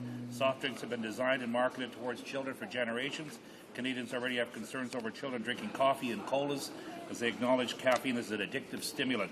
It's difficult enough for parents to control the amount of sugar, artificial sweeteners, and other additives that their children consume, including caffeine from colas. Mr. Speaker, the petitioners call upon the Government of Canada to reverse Health Canada's new rule allowing caffeine in all soft drinks and not to follow the deregulation policies of the United States and other countries at the sacrifice of the health of Canadian children and pregnant women. Now, Mr. Speaker, the second petition, also signed by dozens of Canadians, is a call for Parliament to adopt Canada's first air passenger Bill of Rights. Mr. Speaker, in only 6 months, Barack Obama and his Transportation Secretary Ray LaHood have rocketed ahead of Canada by penalizing airlines for $27,500 per passenger for tarmac delays of over 3 hours, and LaHood recently charged Southwest Airlines $120,000 for overbooked flights. Mr. Speaker, a Canadian Bill of Rights would compensate air passengers with all Canadian carriers anywhere they fly. The bill would provide compensation for overbooked flights, cancel flights, long tarmac delays. And Mr. Speaker, it's about time that this Parliament adopted Canada's Presenting petitions. Présentation des pétitions. Questions on the order paper. The Honourable Parliamentary Secretary, the Government House Leader. Thank you, Mr. Speaker. Mr. Speaker, the following questions will be answered today, Q180 and Q201. And lastly, Mr. Speaker, I ask that the remaining questions be allowed to stand. Is that agreed? Agreed and so ordered. Orders of the day, order du jour. Travaux des subsides. Business of supply, resuming debate on opposition motion concerning oil and gas. Or Ottawa South. Well, thank you very much, Mr. Speaker. It's a pleasure to rise today to address this very important motion tabled by the NDP, an Opposition Day motion that focuses on Canada's, I think, overall energy future. I think it's unfortunate the NDP did not situate the motion in that context, but I want to make some opening remarks for Canadians to understand why what this motion is calling for is so fundamentally important to our future. This motion would have the House of Commons approve that the government conduct a review and revision of all relevant federal laws, regulations and policies regarding the development of different forms of oil and gas, which would include the oil sands, deep water oil and gas recovery, as we're seeing in the Gulf of Mexico, that type of exploration, and shale gas, so that we can ensure that Canada has the strongest set of environmental and safety rules, Mr. Speaker, in the world. And by conducting such an analysis, the government would report back to the House on how we can take appropriate action to improve the situation. After all, good government is always a constant improvement struggle, constantly moving to improve the situation as it evolves over time, through knowledge, through technology, through investments. But what this motion really shows up, Mr. Speaker, for me and for many Canadians is this. There is absolutely no national strategy in Canada for our energy future. We really don't know where we're going with respect to energy. That's why just a short few weeks ago, in an Opposition Day motion, which I was privileged to table on behalf of the official opposition, the Liberal Party of Canada, I asked the House to endorse the notion that the Prime Minister would convene, within 90 days of that motion passing, a first Ministers' meeting to deal with energy and climate change for this country. The Prime Minister has yet to respond to Parliament's desire to see that meeting conducted, because the motion did pass. But I asked specifically because I think there's a lot of good effort and good work going on in the country, led by the provinces and led by our cities and led by our municipalities, our universities, our schools, our hospitals. We have good practices in industry. We have all kinds of improvement being made. But what we don't have is federal leadership to tie it all together, to identify those best practices to reduce our greenhouse gas emissions, to become more efficient with our energy use, Mr. Speaker. This motion shows up, as I said a moment ago, that we have no national approach. Let's call it a strategy for Canada's energy future. So what we're seeing is increasing and inordinate pressure being placed on Canadian citizens, on Canadian companies, Canadian provinces, who are desirous of seeing more and more offshore oil and gas exploration and exploitation. And then all of a sudden, with massive publicity and in dramatic fashion, the Canadian people see what can potentially go wrong the risks inherent in the kind of exploitation which is taking place in the Gulf of Mexico with the BP oil rig, which is leaking more oil so far than the Exxon Valdez in a much shorter period of time, and is a huge challenge, not just for a particular oil company, but for hundreds of thousands, if not millions, of Americans living in the Gulf of Mexico. It's wreaking havoc not just on the environment there, but is showing now how it can also wreak havoc on their economy. We have no national approach to energy because the conservative regime in place doesn't want to talk about it. The Prime Minister has completely stopped talking, for example, about putting a price on carbon emissions.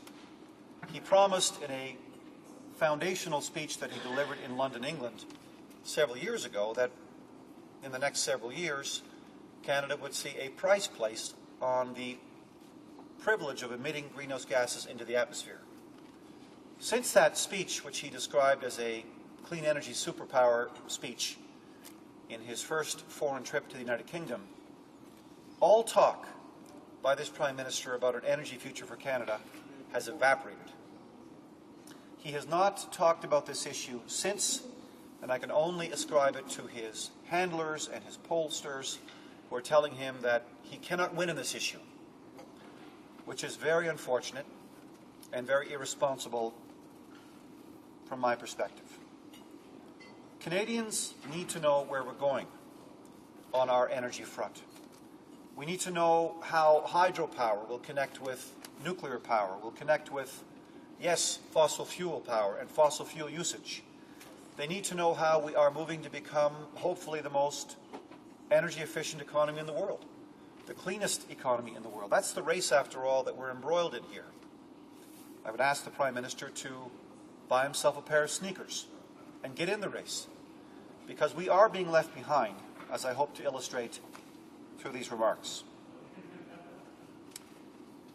Industrial sectors right across the country, the oil and gas sector, the manufacturing sector, the transport sector, manufacturing, exporting, every single group I meet with, Mr. Speaker, is clamoring for a vision and an approach nationally on our energy future, because they understand the climate change crisis is connected directly to our energy usage patterns, our energy efficiency patterns.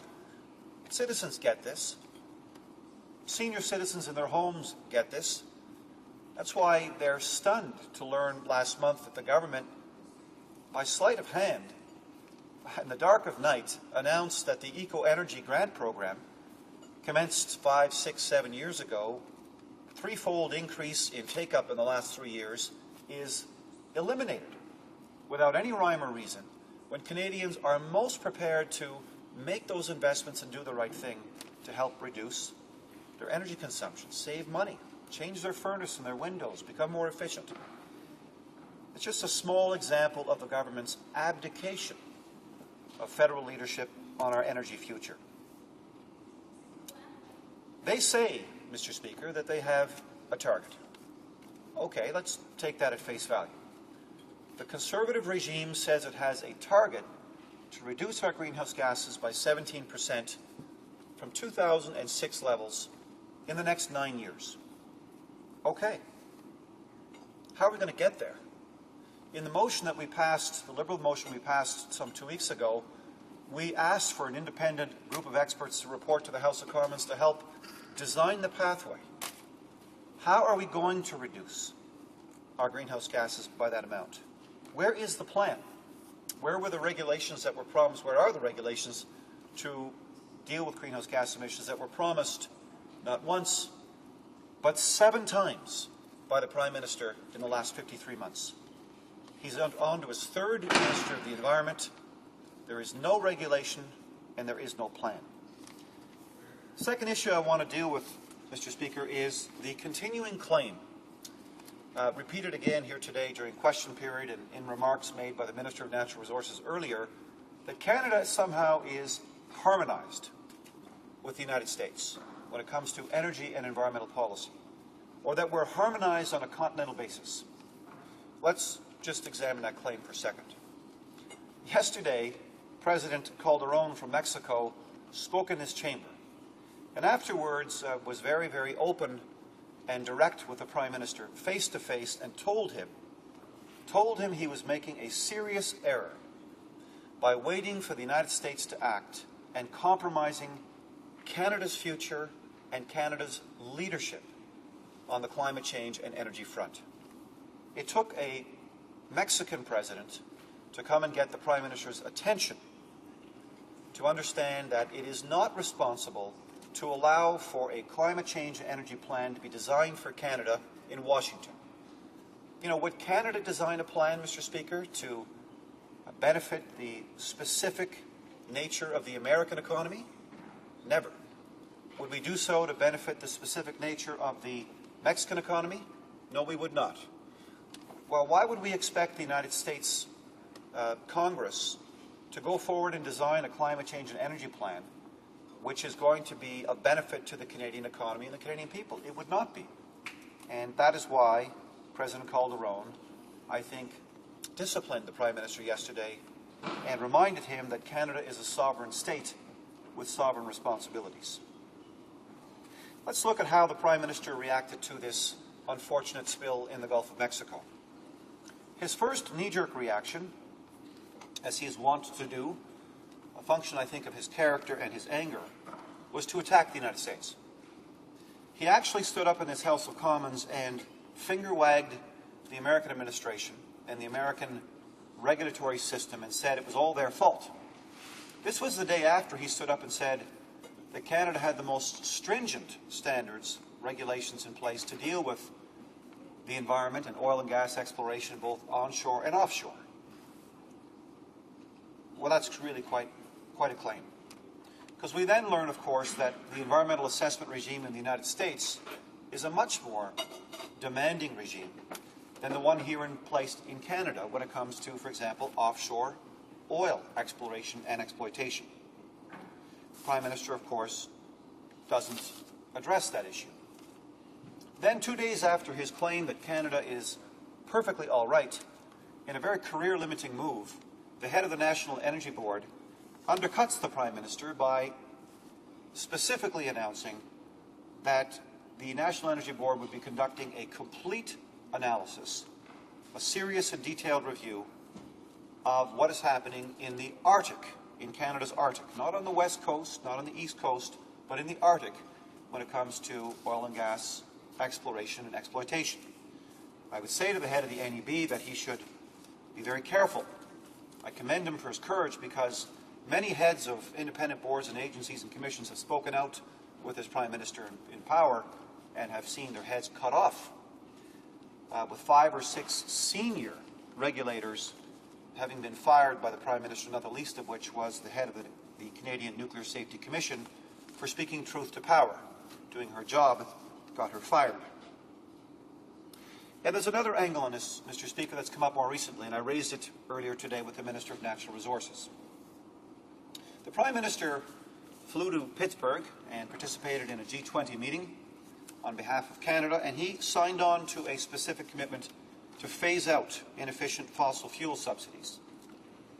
Now, he stood up in response to that and said that we've already done it. That in Budget 2007 we announced one measure, which begins in 2011, called the Accelerated Capital Cost Allowance Measure, which will be phased out over 4 years.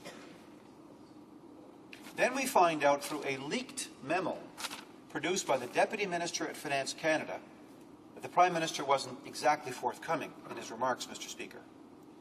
We find out that the Deputy Minister, Mr. Horgan, advised the Prime Minister, through his Minister of Finance and through the Clerk of the Privy Council, the top official in Canada, that the Prime Minister should move. He should move responsibly to eliminate a series of fossil fuel subsidies. We hear the Minister of Finance stand up and say, no, that's just not going to happen. I've decided it's just not going to happen, despite the efforts of the Minister of the Environment to bring him to understand the connection between the environment and the economy. The environment and the economy, how they're connected. So it's interesting to see that the Deputy Minister of Finance Canada confirmed in a leaked memo that the Prime Minister was briefed on a whole series of new measures that could be eliminated to make Canada more efficient and to stop subsidizing fossil fuel production. In other words, Mr. Speaker, he got caught. And he got caught again. So it's particularly striking that he got caught because he says we're harmonized with the United States, but in the 2011 budget being proposed by President Obama, there are 12 measures that are singled out to eliminate fossil fuel subsidies on the production side of fossil fuels. Not necessarily fossil fuel subsidies to deal with the question of helping, for example, Canadians in the Northwest Territories comply with very high costs for diesel fuel so they can have power like every other Canadian in an affordable way. When the government also relies on the National Energy Board's commitment to conduct a review, Mr. Speaker, they don't tell us that that review, as I mentioned earlier, is specifically curtailed, that it's actually just about the Arctic. It only covers a review of safety and environmental requirements in the Arctic, but not in other areas. It doesn't include a review of existing or future projects, for example, in Newfoundland and Nova Scotia. It doesn't talk about potential future projects off the coast of British Columbia. While drilling in the Arctic environment will require, we know, a different set of safety and environmental rules, Canadians are watching television and they're questioning the safety of existing and soon-to-be developed projects. It's interesting to note that there are a whole series of projects being contemplated off the coasts of Newfoundland and Labrador and the coast of Nova Scotia. The Terra Nova floating production storage and offloading vessel, currently operating there, the Hibernia production platform, the Sea Rose floating production storage and offloading vessel, the Deep Panuke offshore gas development project. All of these projects in contemplation or underway.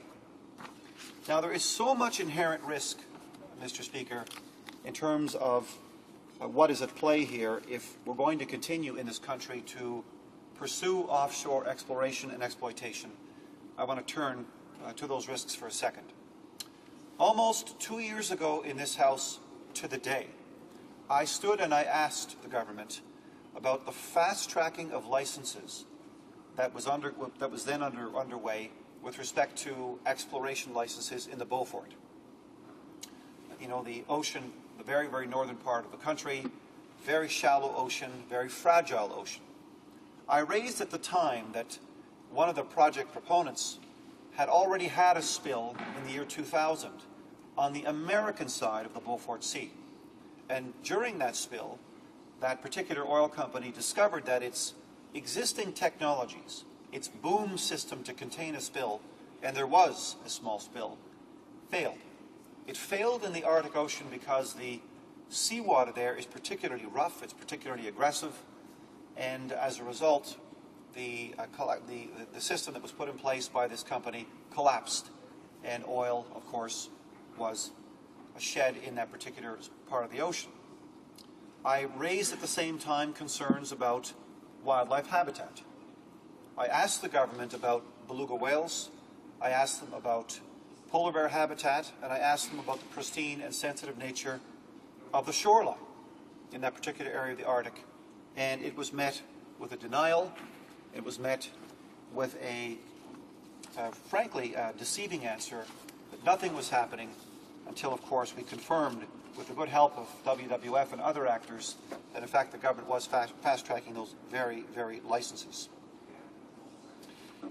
There are current oil and gas development moratoria, or basically temporary bans, that are in place. They go back in BC, for example, on oil and gas drilling that dates back to the 1980s.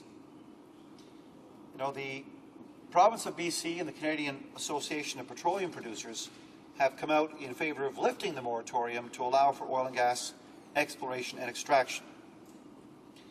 It's a very interesting possibility.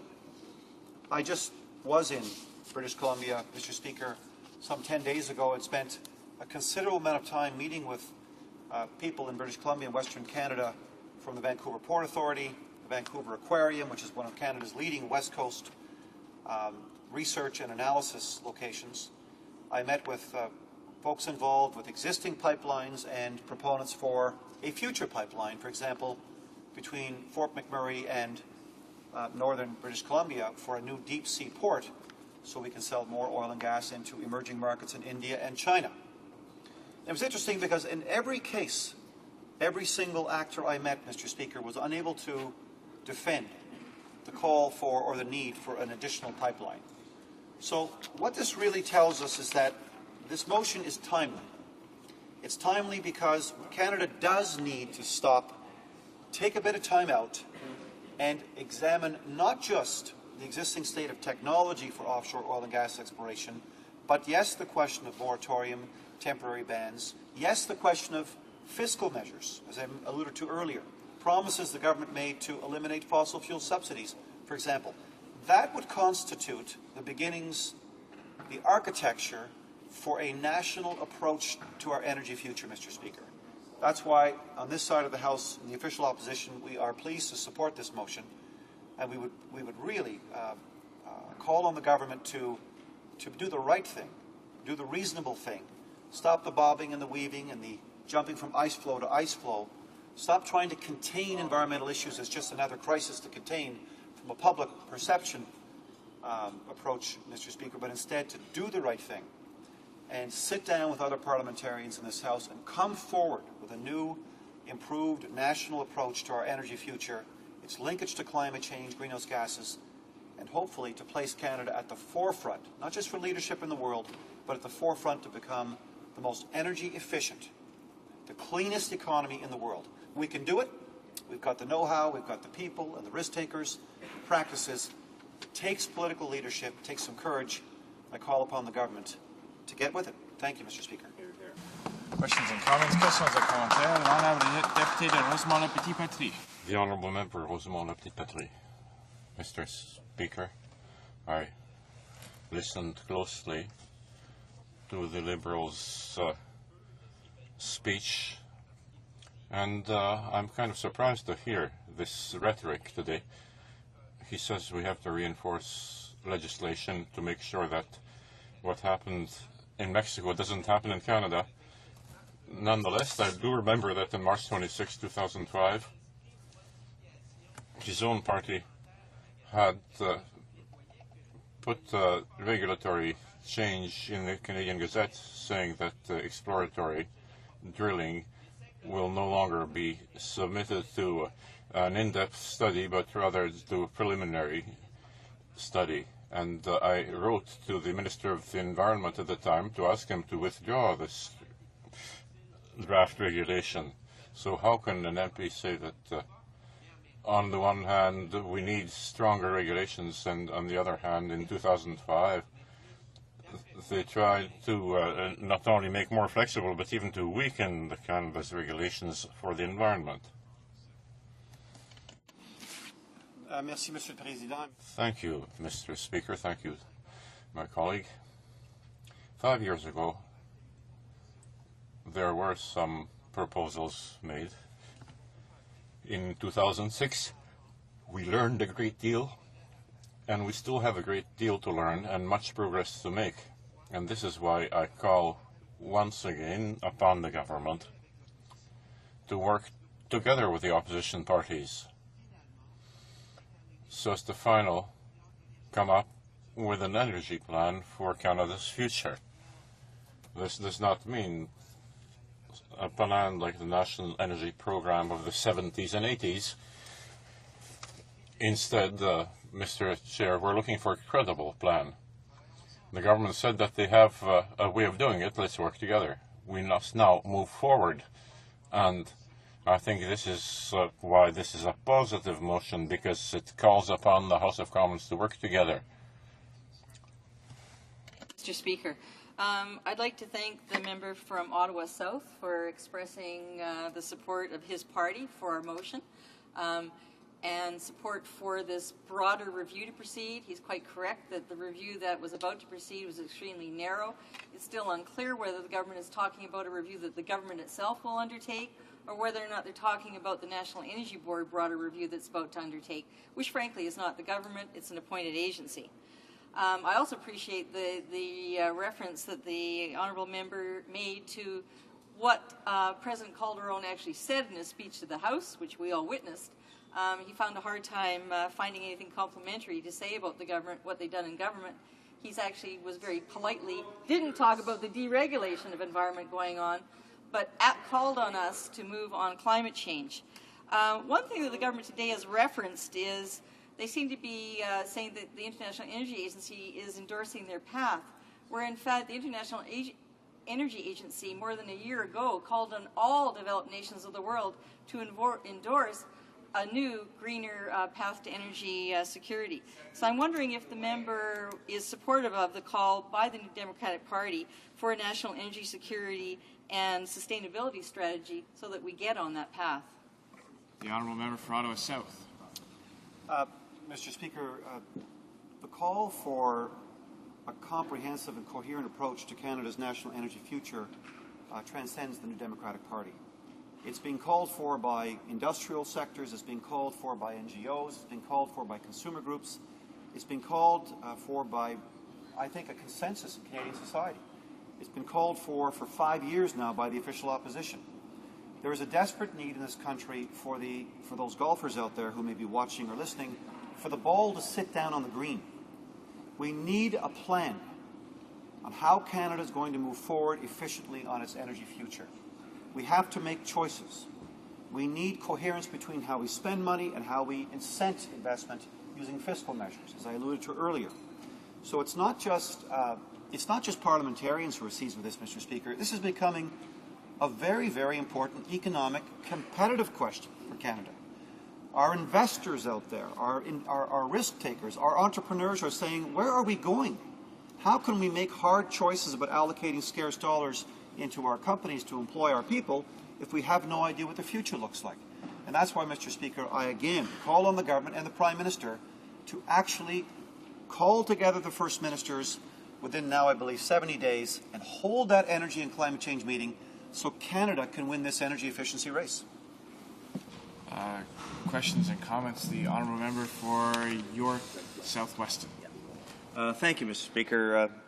Mr. Speaker, the Natural Resources Committee has been holding hearings as a result of the very dramatic and traumatic effects that the Gulf oil spill is having, and this motion, while it's not immediately predicated on the events down there, but it has vision and it is looking at the whole regime that exists.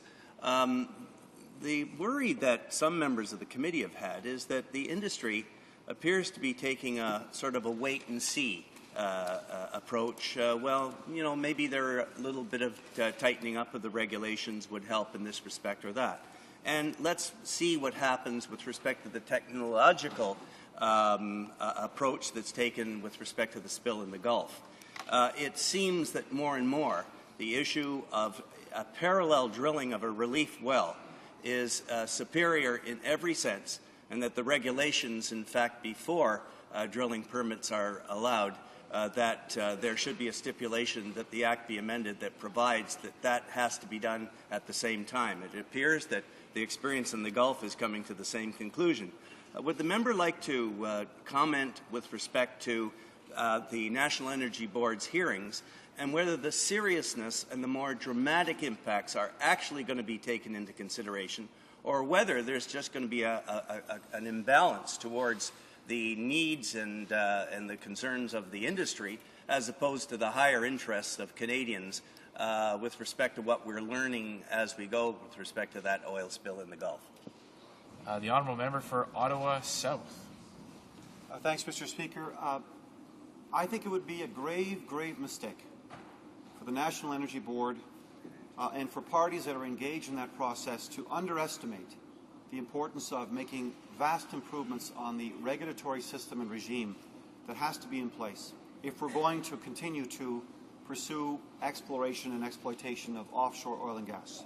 That would be a very big mistake. You know, oil companies, for that matter, any large company, really doesn't get its license granted by regulators. They now have learnt through this BP exercise and many more before that their license to operate is granted by the public.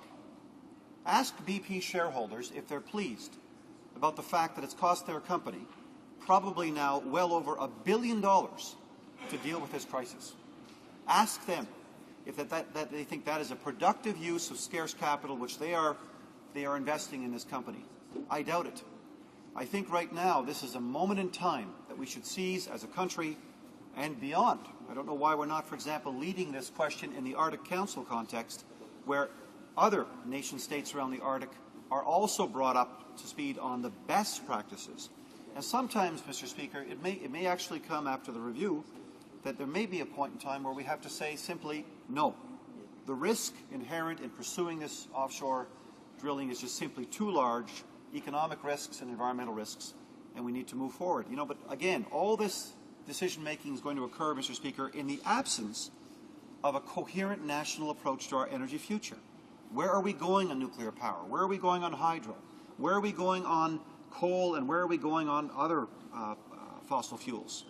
Where are we going on solar? You know, Canadians often talk about wanting to invest in renewable power. The Liberal Party of Canada has been clear. It's not that we're looking for a leveling of the playing field, Mr. Speaker, between renewable power and non-renewable power. We want the playing field tilted in favor of renewable power. So, Mr. Speaker, I think at this stage it would be really important, again, for the government to work with the opposition parties to come up with a coherent approach to Canada's energy future.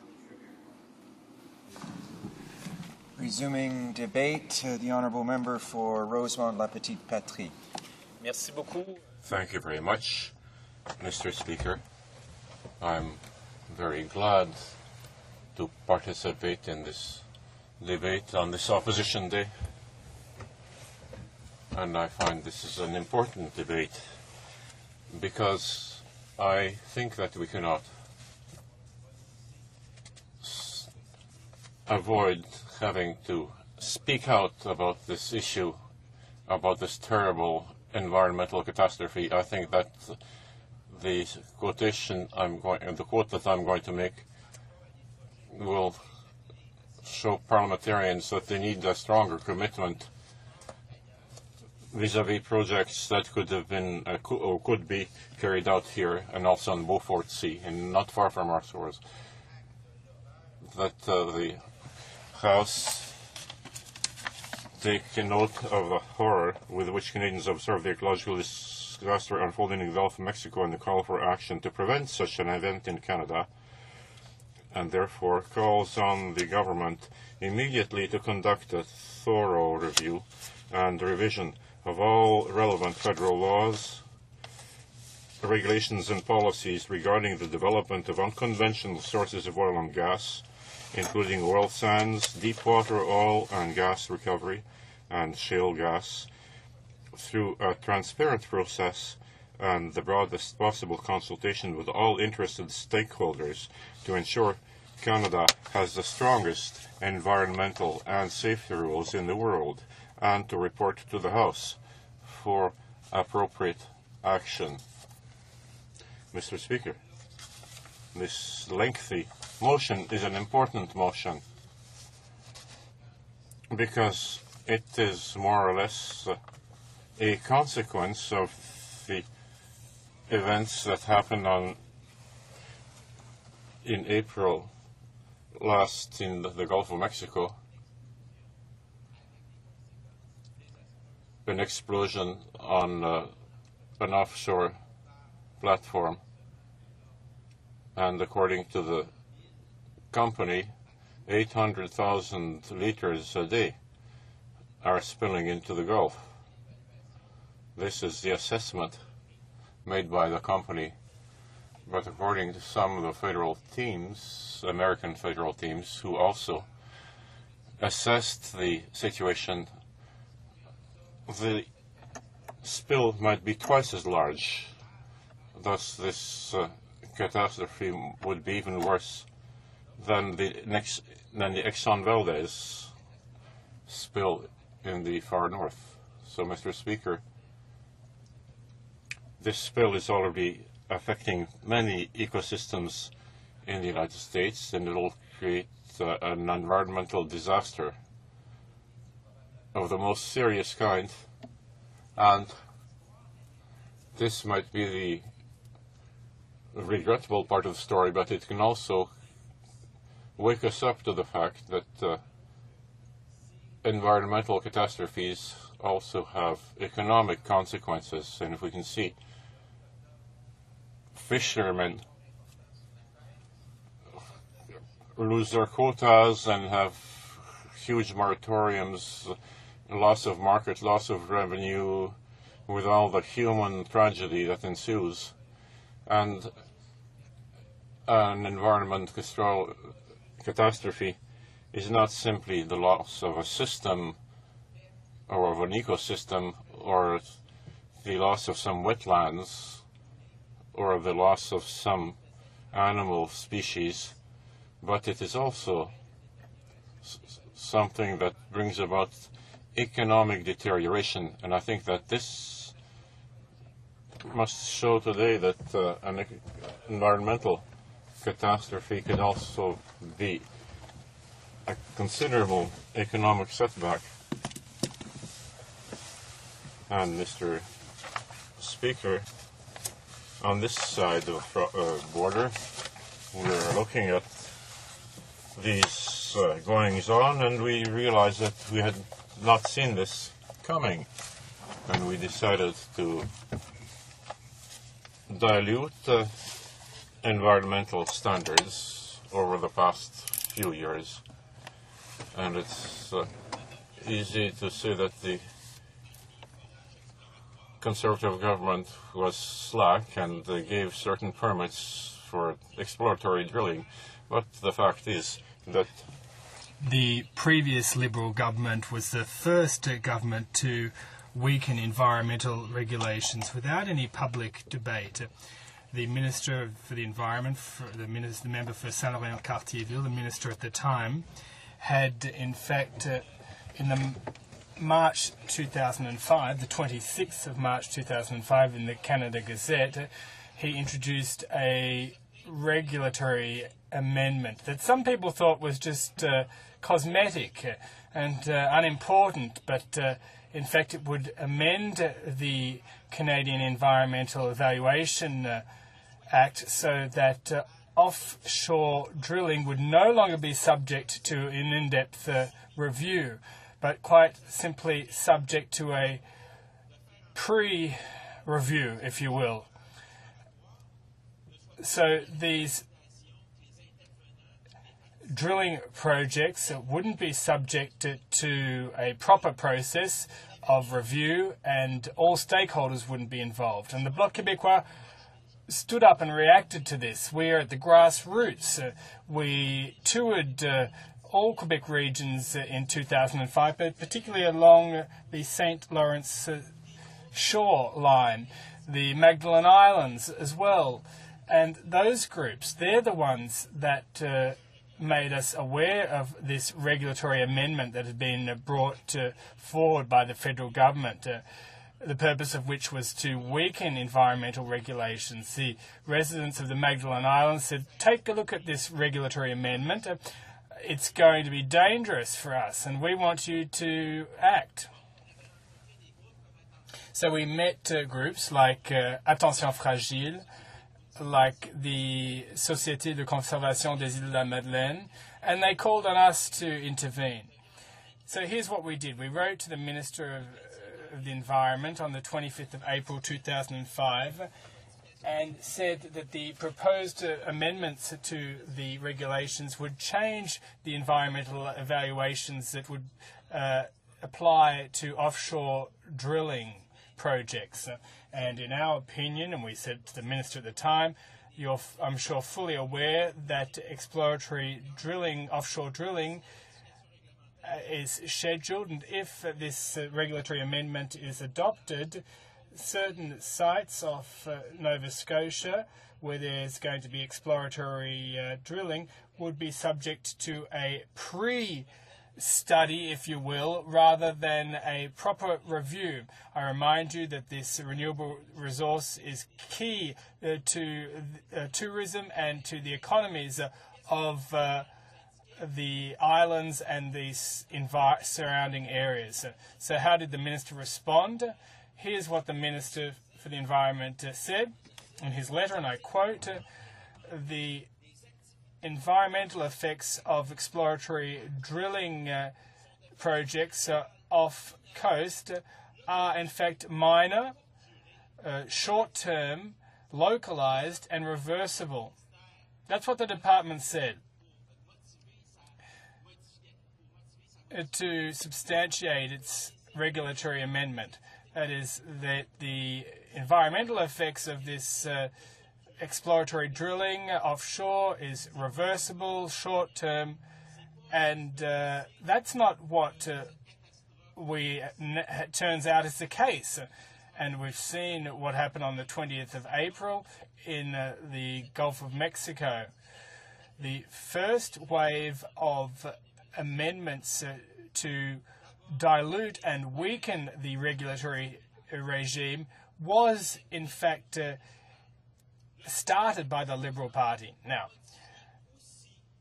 the Conservative government, in a more far-reaching bill, amended the environmental rules and regulations such that big oil companies would no longer fall under the previous umbrella organization, but now under the National Energy Board. And once again, this shows that the federal government is not taking this seriously. They're there to protect the environment. And yet those people who are there to protect the environment are no longer in charge of the environmental assessments. It's going to be the organizations that have a bias, an economic bias, and ties with oil and the oil industry. And we were very critical of this prior to the Gulf of Mexico crisis. And we believe that those people that should carry out these environmental assessments for drilling projects, they're the ones that should be protecting the environment, and it shouldn't be those stakeholders who are seeking an increase in oil production and have a stake in that should be having any part in the environmental evaluation process. Now, there are three problems. The Newfoundland drilling project that started a few weeks ago. This project is at 430 kilometres from Saint-Jean and over 2,600 kilometres underwater will be the marker. This is more than in the Gulf of Mexico, where there was obviously this terrible environmental disaster on the 20th of April. So what does it mean? It means that this exploratory offshore drilling project off the coast of Newfoundland it means that it wasn't subject to an in-depth study. It was simply subject to a pre-review. Now, what does that mean exactly, Mr. Speaker? It means that had the regulatory amendment not been brought to bear in 2005, this Newfoundland project would have been subject to an in-depth study, to public consultation process.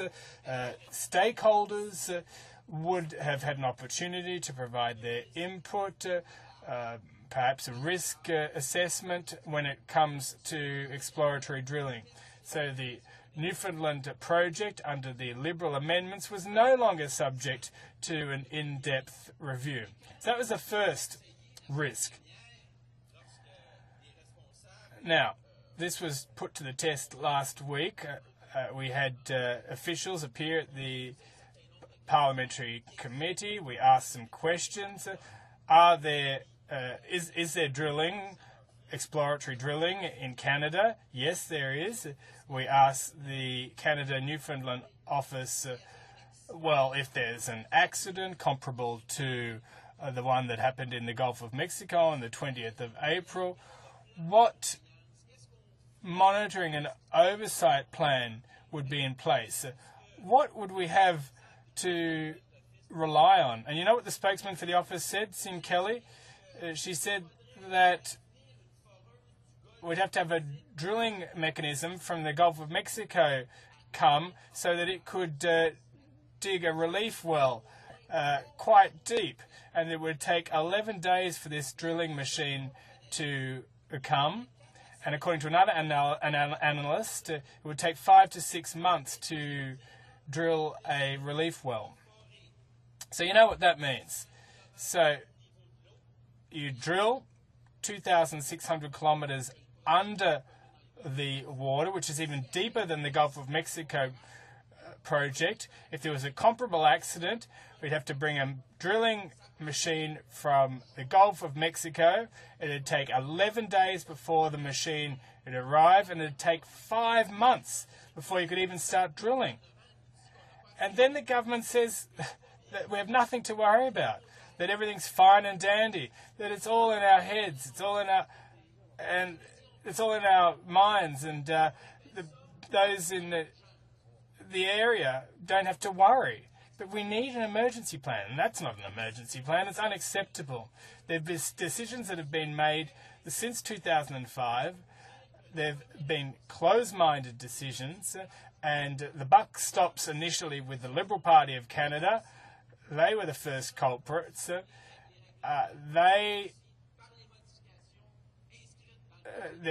are a number of amendments that is going to be introduced under C9, and it's the Conservatives that are responsible for that.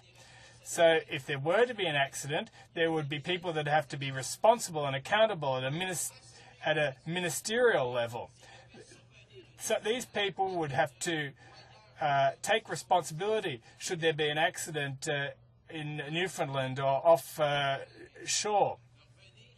So we're calling on the government to amend the regulations to ensure that this kind of drilling is henceforth subject to a public consultative process, to a proper review, which would give the experts an opportunity to provide their input. Because on this side of the House, we believe that there are lessons to be learned from the environmental disaster of the 20th of April, which quite obviously the government opposite hasn't understood.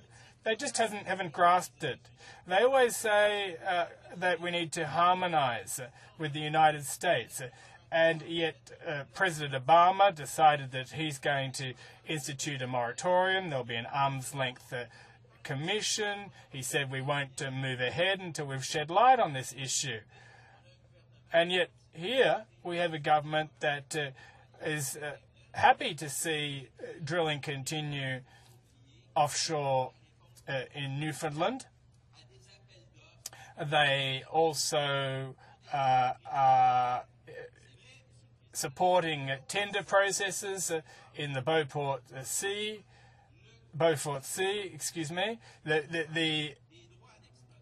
The government has issued licenses to the tune of $50 million to companies in 2007.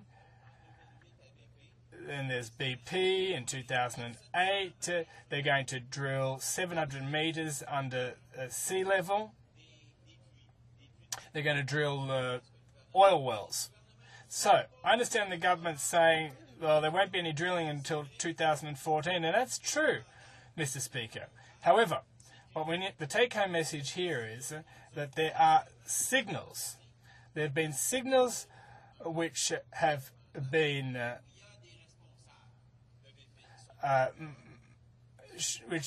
from experts from BP and from other stakeholders. These signals demonstrate that they don't know if they'd be able to clean up the damage from any drilling accidents in northern Canada. This is an expert from BP who's admitted this. Should there be an accident, they don't even know if they could clean it up. The BP official said that he didn't have information at his disposal to respond to those kinds of questions specifically. Now, he said that the cost of the operation would be very high, and therefore oil companies have asked for relief wells to be drilled in northern Canada later, after the drilling has already started, because it would cost too much. Because there is a time of the year that is early December to the spring, which would not be appropriate for them. They called on an economic organisation and not an environmental organisation to help them get a stay in the obligation to provide relief wells on the pretext that it costs too much. Well, is it going to cost BP a lot to clean up the mess from the 20th of April? It obviously is. So there's pressure from the big oil companies to weaken and relax environmental regulations, to relax the rules, to create benefits and provide loopholes for this industry, which is totally egregious. Now, another thing, and I'm glad that the Minister for Foreign Affairs is here, because I want to tell him that next week there will be a major conference, specifically from the 9th to the 11th of June, from the Councils of the Arctic, where we will expect that Canada play a leadership role. This summer there will be drilling projects that start in Greenland, very close to Canada. Greenland is intending to drill in Baffin Bay, which is close to the Detroit Strait, Ancaster, just close to where the government wants to set up a marine conservation area. So it's close to Canada. This is a problem for Quebec and Canada. Greenland is far away, but it's not that far away when you look at the disaster in the Gulf of Mexico and how far that's spread. So what we need is to ensure that Canada takes action to avoid this kind of accident occurring. Questions and comments? Transcona. Thank you, Mr. Speaker. I want to thank the member for his speech regarding the opposition motion, certainly, when we look at the Gulf of Mexico, and a few of us were down there just a few weeks ago and got a briefing on that whole issue, you were talking about drilling at very extreme depths, and we see now that there was really no plan by the authorities to in the event that something went wrong. But, Mr. Speaker, when we're dealing with drilling in the north, in the Arctic, it's even more of a complicated situation. There is a polar bear expert is arguing that an oil well blowout in Canada's northern Beaufort Sea just before freeze-up could be disastrous to northern animals. The Arctic conditions pose special risks for oil extraction and transportation because of lack of natural light, extreme cold, ice flows, high winds, low visibility, and remoteness. The same conditions make oil spill response particularly challenging. So what we're seeing is that the northern environment provides an even more serious challenge for the oil industry if something were to go wrong. And we can see that it's not if something's going to go wrong, it's when something is going to go wrong. So why countries let companies like this drill without proper oversight, without proper regulation? That has got to stop. And I think the member and I agree with that. I'd just like to ask him whether he has any more observations as to the complexities of drilling in the Arctic versus in the Gulf of Mexico.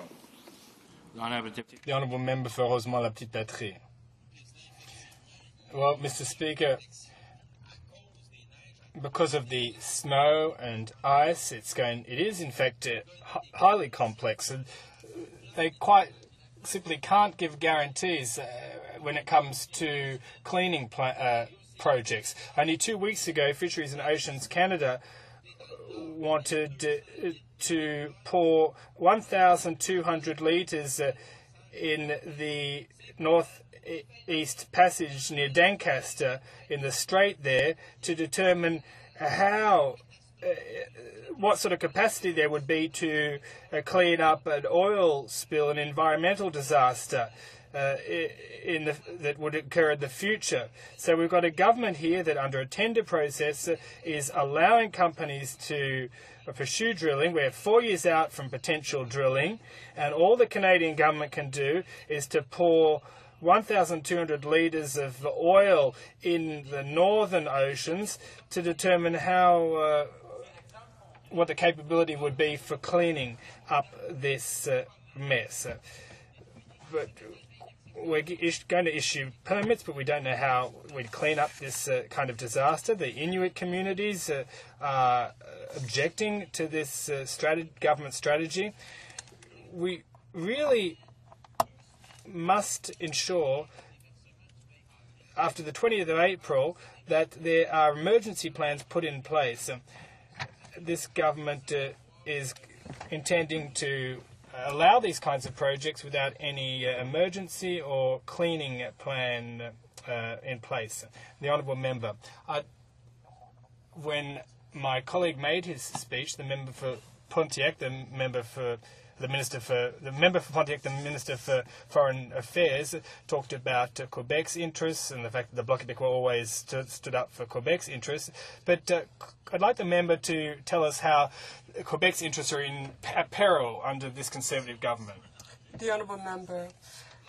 Well, they are in peril, Mr. Speaker, because we could hardly expect help from a government which has such lax legislation. What we need is a Quebec-Canada agreement on energy resources in order to make sure that the environmental assessment process, the Quebec process, be enforced in this kind of drilling project, because if we were to trust the federal process, drilling projects would simply have to be subjected to preliminary studies rather than in-depth analyses. So we in the Bloc feel that these projects have to be subjected to something like the Quebec process and public hearings, and scientists would be able to appear. So we need, as soon as possible, a Canada-Quebec agreement here. But here again, unfortunately, the federal government refuses to recognize that the Gulf is part of Quebec. And this government has this kind of attitude toward Quebec because we in Quebec want stricter environmental regulation, and we know that our regulations in Quebec are far stricter than those that were changed by the federal government of either stripe. Questions and comments. The Honourable Member for Alfred Pélan. Mr. Speaker, thank you. I'd like to commend my colleague for just how he showed how environmental protection is important. I'd like him to go into a little more detail on the budget implementation bill we're looking at.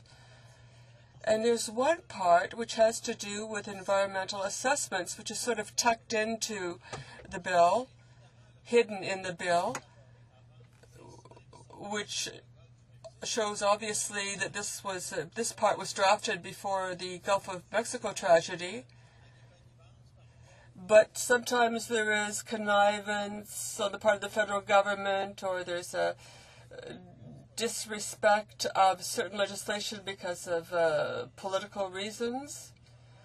So there is this whole part about the environmental part that's in the bill, and which would give greater power to the Environment Minister. What does he think? The Honourable Member for Rosemont, La Petite Patrie.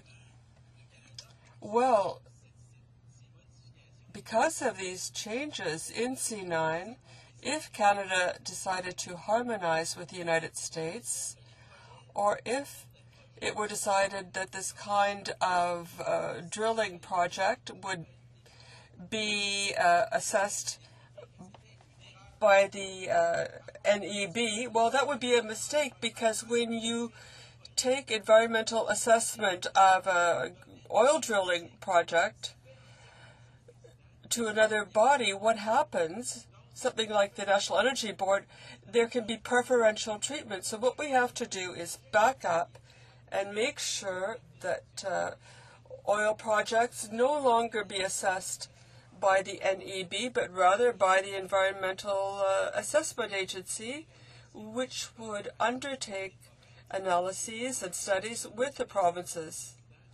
So, Mr. Speaker, these changes were there before the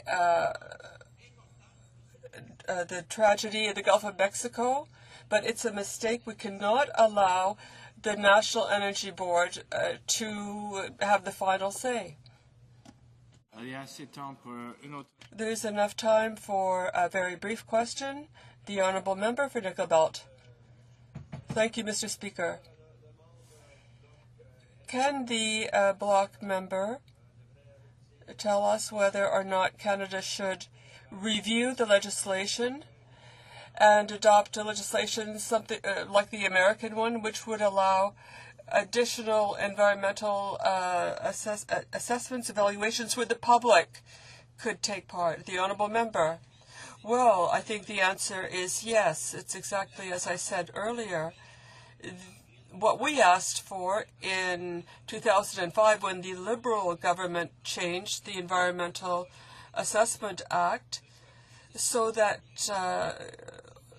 gas drilling or oil drilling projects would no longer fall under that particular rubric, but would fall under the National Energy Board. So what happened was that the public was no longer consulted because the department felt that environmental effects of these drilling projects would be minor, localized, of short duration, and could be easily repaired.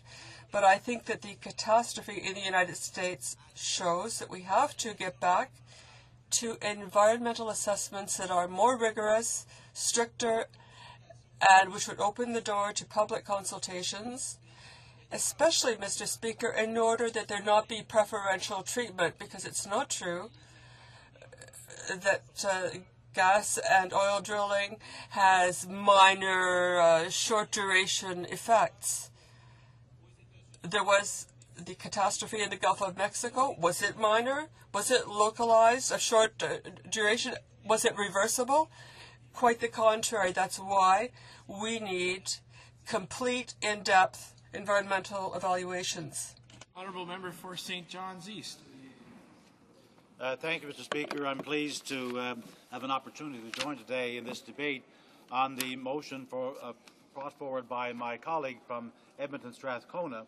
And I'll just repeat it for the benefit of the House and people watching who have perhaps just tuned in, is that this House notes the horror with which Canadians observe the ecological disaster unfolding in the Gulf of Mexico, and their call for action to prevent such an event in Canada, and therefore calls on the government immediately to conduct a thorough review and revision of all federal laws, regulations and policies regarding the development of unconventional sources of oil and gas, including oil sands, deepwater oil and gas recovery and shale gas, through a transparent process and the broadest possible consultation with all interested stakeholders to ensure Canada has the strongest environmental and safety rules in the world, and to report to the House for appropriate action. Now, Mr. Speaker, when you consider the wording of the motion itself, calling for a thorough review and for a revision of the laws to make them the strongest environmental and safety rules in the world, you would think that this would be an absolute no-brainer. In light of what we've seen in the BP disaster in the Gulf of Mexico, it seems pretty clear that a review is called for. In fact, in Newfoundland and Labrador, the Canada Newfoundland and Labrador Offshore Petroleum Board, which looks after the offshore oil and gas regime in Newfoundland and Labrador, and it's a federal provincial body. The spokesperson said within a matter of days after the events of the Gulf of Mexico, said that we will have to review our regulations in light of the incident in the Gulf of Mexico. It's pretty clear that the people of Canada want to see a review. I want to quote from a Newfoundland environmentalist of long standing, a gentleman by the name of Stan Tobin, who has been active in environmental matters over the last 20 or 30 years, particularly in Placentia Bay, where there's a lot of tanker traffic, an oil refinery, a transshipment port, and a lot of concerns about the environmental consequences of oil and gas. And Mr. Tobin says, it's time the federal government did a complete review. And he's talking about the tanker traffic there, which has been 20 years since the last one was done. A lot has changed. Now, here's the point. He says, if government and the oil industry believe that we're in a position to adequately respond to something like what happened down in the Gulf of Mexico, they are the only ones who believe it. No way are we prepared. And I think that's a sentiment that's expressed by a lot of people across the country, both lay people and people who know what they're talking about, having studied the issue for many, many years, even those who have a lot of respect for the technological expertise of people in the oil and gas industry. We in fact, have an admission by Chevron itself, who's doing the Orphan Basin project, the deepwater well that's just started a couple of weeks ago. They said 5 years ago, when they put forth their proposal for drilling, they candidly acknowledged that they would not be able to clean up an oil spill if one were to occur of any significance, that they did not have the capability of doing it because of the weather and wave conditions in that particular area, the fact that the oil would disperse very quickly, and the containment measures were likely to be inadequate. However, they said that the chance of it happening was so rare that they didn't think that the risk was too great. But so they candidly admitted that on the technological side, they didn't have the capability of doing an oil spill cleanup. And I think that's sobering news for a lot of people to come to realize that. When we hear the government talk, and I listened carefully to the Minister of Natural Resources today, you would think that it would be no difficulty for this government to actually support this motion and engage in this review. The Minister of Natural Resources said this morning that we are constantly reviewing our rules and regulations, and we want to be assured that they are the best in the world. Well, how is that different from the motion that's before the House today?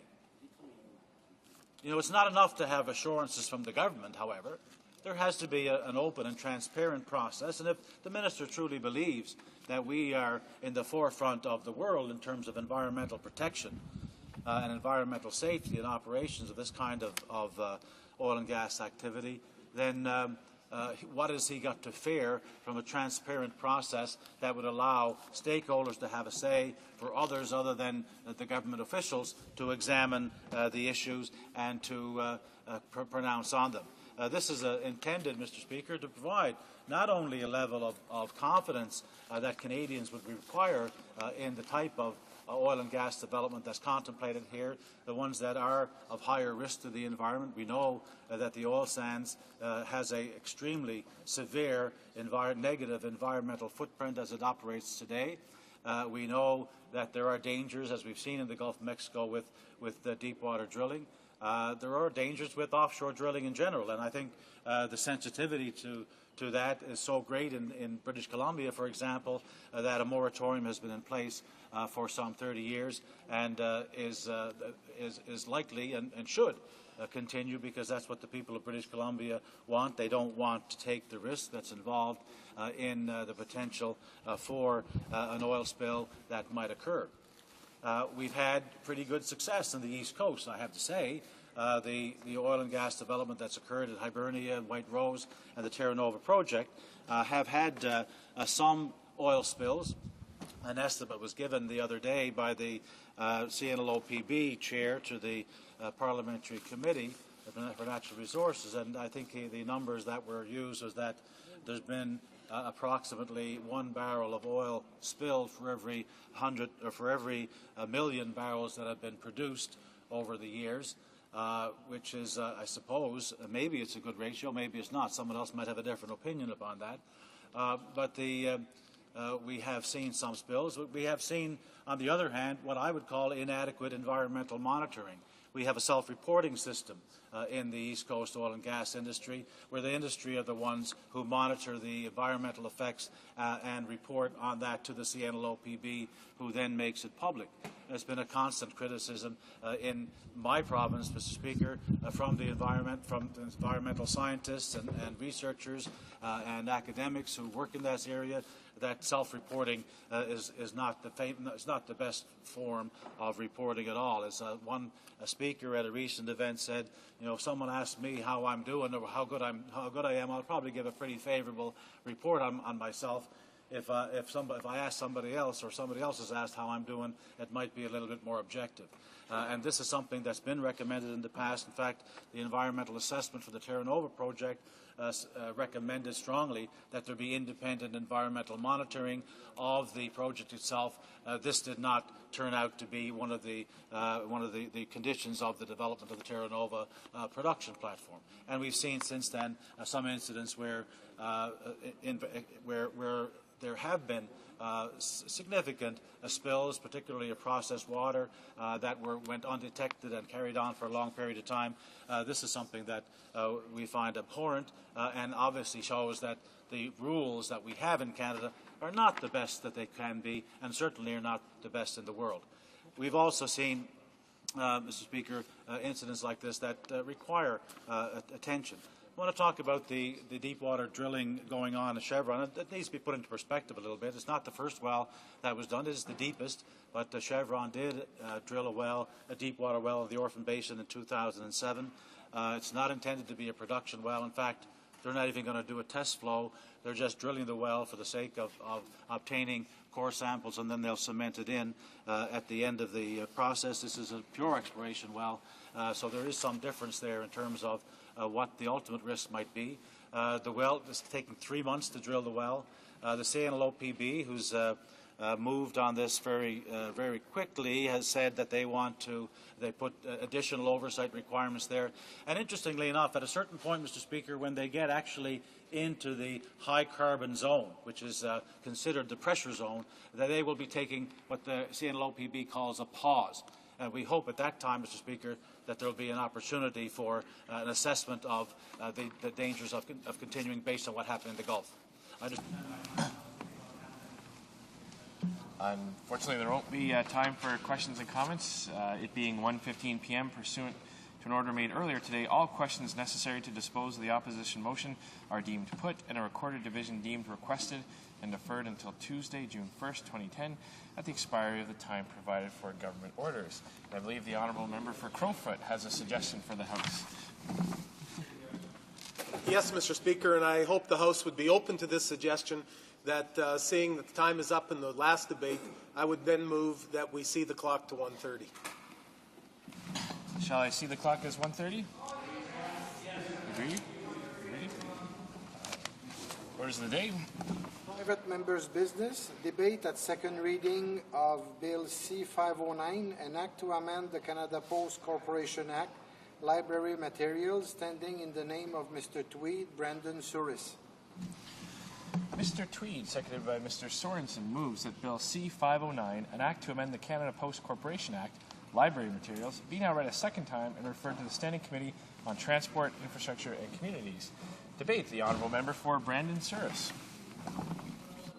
Thank you, Mr. Speaker, and it gives me great pleasure today to stand and present Bill C-509, an act to amend the Canada Post Corporation Act, library materials, for second reading. It is something, Mr. Speaker, I might add, that libraries and communities have been asking for years, and it does give me a great pleasure and honor to present this. What is the library book rate, and how did I come to learn about it? Since 1939, libraries in Canada have been able to exchange books at a reduced rate, historically known as the library book rate. This allows all libraries in Canada to access each other's inventory of reading materials, allowing smaller, rural, and remote areas to offer the same kinds of reading materials you would find mostly in urban centres. In the 2004 campaign, I met with and heard from several communities expressing concern that due to economic pressure, there was consideration by Canada Post to withdraw support from this program, returning to the standard rate for shipping these books. This, I contend, Mr. Speaker, would cause a great hardship on Canadian libraries and, by extension, on the very people who were using the library book rate program. These people tend to be rural Canadians, Canadians who live in remote areas, and including the North, who have limited access to libraries and the books within. Having the ability of accessing major libraries' inventory and having these books shipped to your community at a favorable rate allowed many small communities to offer a larger selection of reading material without the huge cost of shipping to the local libraries. It also allowed Canadians living in these rural and remote areas the same reading material without the huge personal expense of travel. Mr. Speaker, why is the library book rate important to all Canadians? Well, it ensures equitable access to documents located in libraries across the country and made available to all Canadians. It supports the intellectual needs of remote, northern, and rural communities, and it is the principle underpinning the concept that collections of all libraries are a national asset accessible to all Canadians, and as such, supports education and lifelong learning, as well as helping to maintain Canada's global competitiveness and productivity. Mr. Speaker, a lot of people have asked, as I've moved across the country, what would happen if the library book rate were to disappear. And many people, myself included, believe that, one, it would create a two-tiered library service for those who can afford to pay to access information and those who cannot. This would jeopardize the access of Canadians to the resources of Canadian libraries necessary to learn, innovate, and prosper in the information economy of the 21st century. Two, Canadian students, persons with disabilities, and residents of rural communities would be particularly disadvantaged as they rely heavily on their local library's ability to share resources with larger centres. Number three, it would severely reduce access to books for people living in rural and remote parts of Canada. Number four, it would reduce the level of service libraries provide, possibly forcing the program into a cost recovery basis, with patrons and distance learners having to bear the costs. Such user fees would discourage many patrons from making mail-based borrowing requests. Five, smaller libraries would stop providing lending services and in turn would only borrow materials. And number six, it would deprive the rest of the country from being able to access the unique information, resources often preserved in our local libraries. Seven, and finally, Mr. Speaker, it would very, very, very easily deny access to library materials for the people who are homebound. Mr. Speaker, my bill proposes that before Canada Post can increase the library book rate, it must receive the approval of the Government of Canada. This, in my mind, ensures that Canadians' voices will be heard on this very sensitive issue before any rate changes occur. Mr. Speaker, my bill also asks that the library book rate now include the shipping of CDs, CD-ROMs, DVDs, and other audio-visual materials. As technology changes, so do our needs for more specific types of reading materials. I believe that by including these materials, over time we will actually reduce the cost to Canada Post in delivering this very valuable community program. Imagine, if you will, shipping 16 CDs to a rural or remote community as opposed to shipping 16 books. Based on the weight alone, Mr. Speaker, the numbers speak for themselves at the savings that could be accomplished. The cost savings over time would be dramatic and very well may help to resolve some of the financial pressures that Canada Post is facing.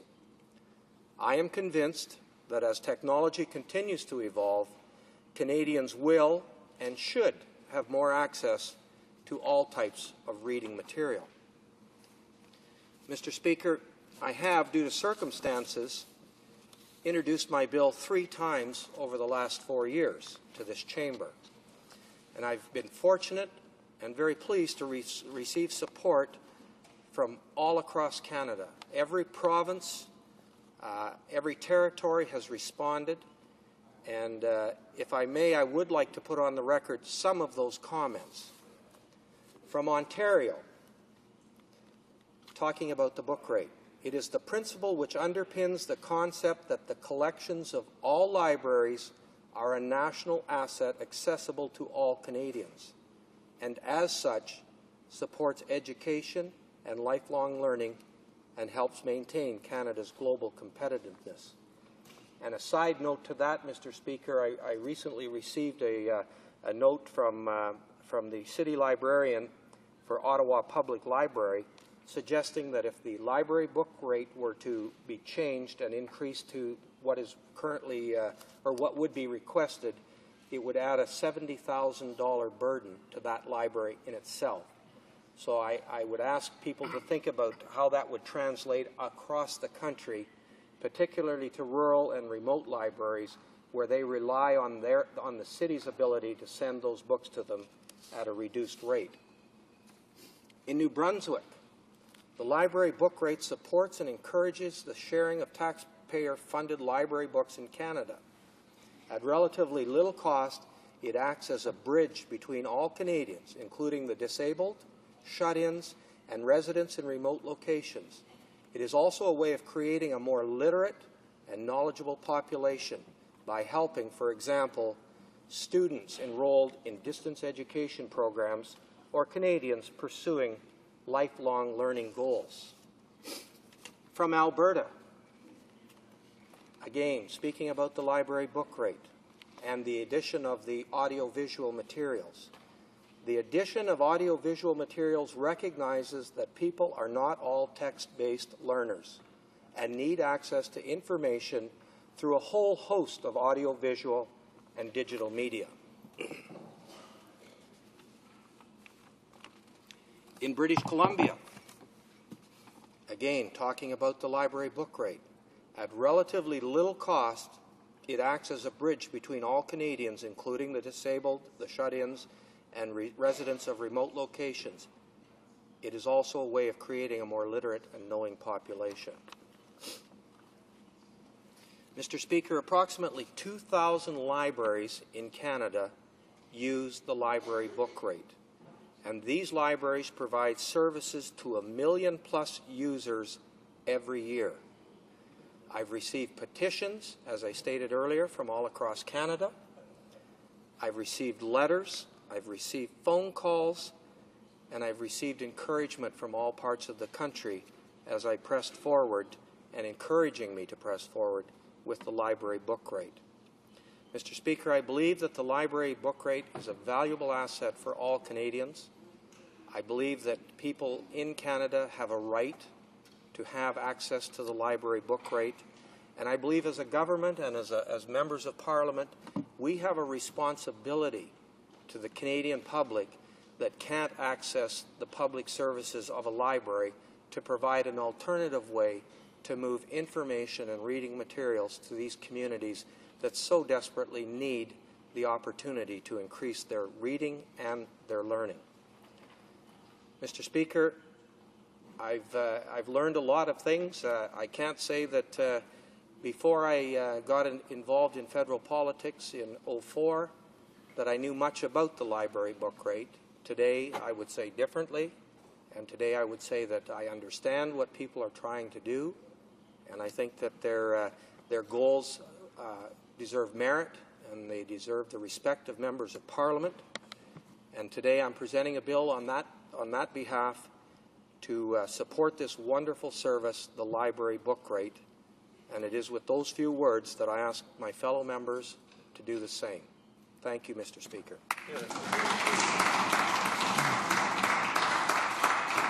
Questions and comments, questions and commentaires. The Honourable Member for Elmwood-Transcona. Well, thank you, Mr. Speaker, and I want to thank the member for his introduction of this bill today.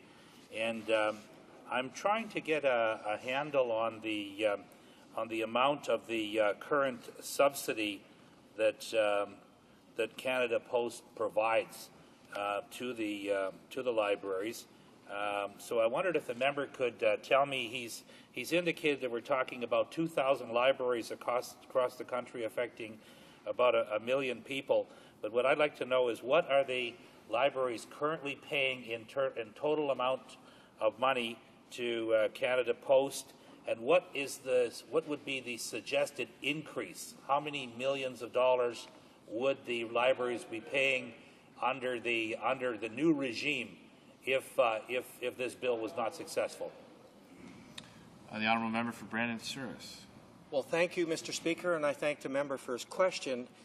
That has been a challenge as I've worked through this entire book rate issue.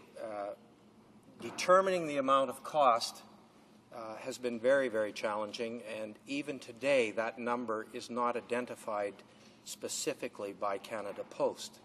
I can tell you that what I am suggesting with the movement from books to the new technology of DVDs and CD-ROMs, that I'm suggesting that those costs will automatically go down as more and more people use it.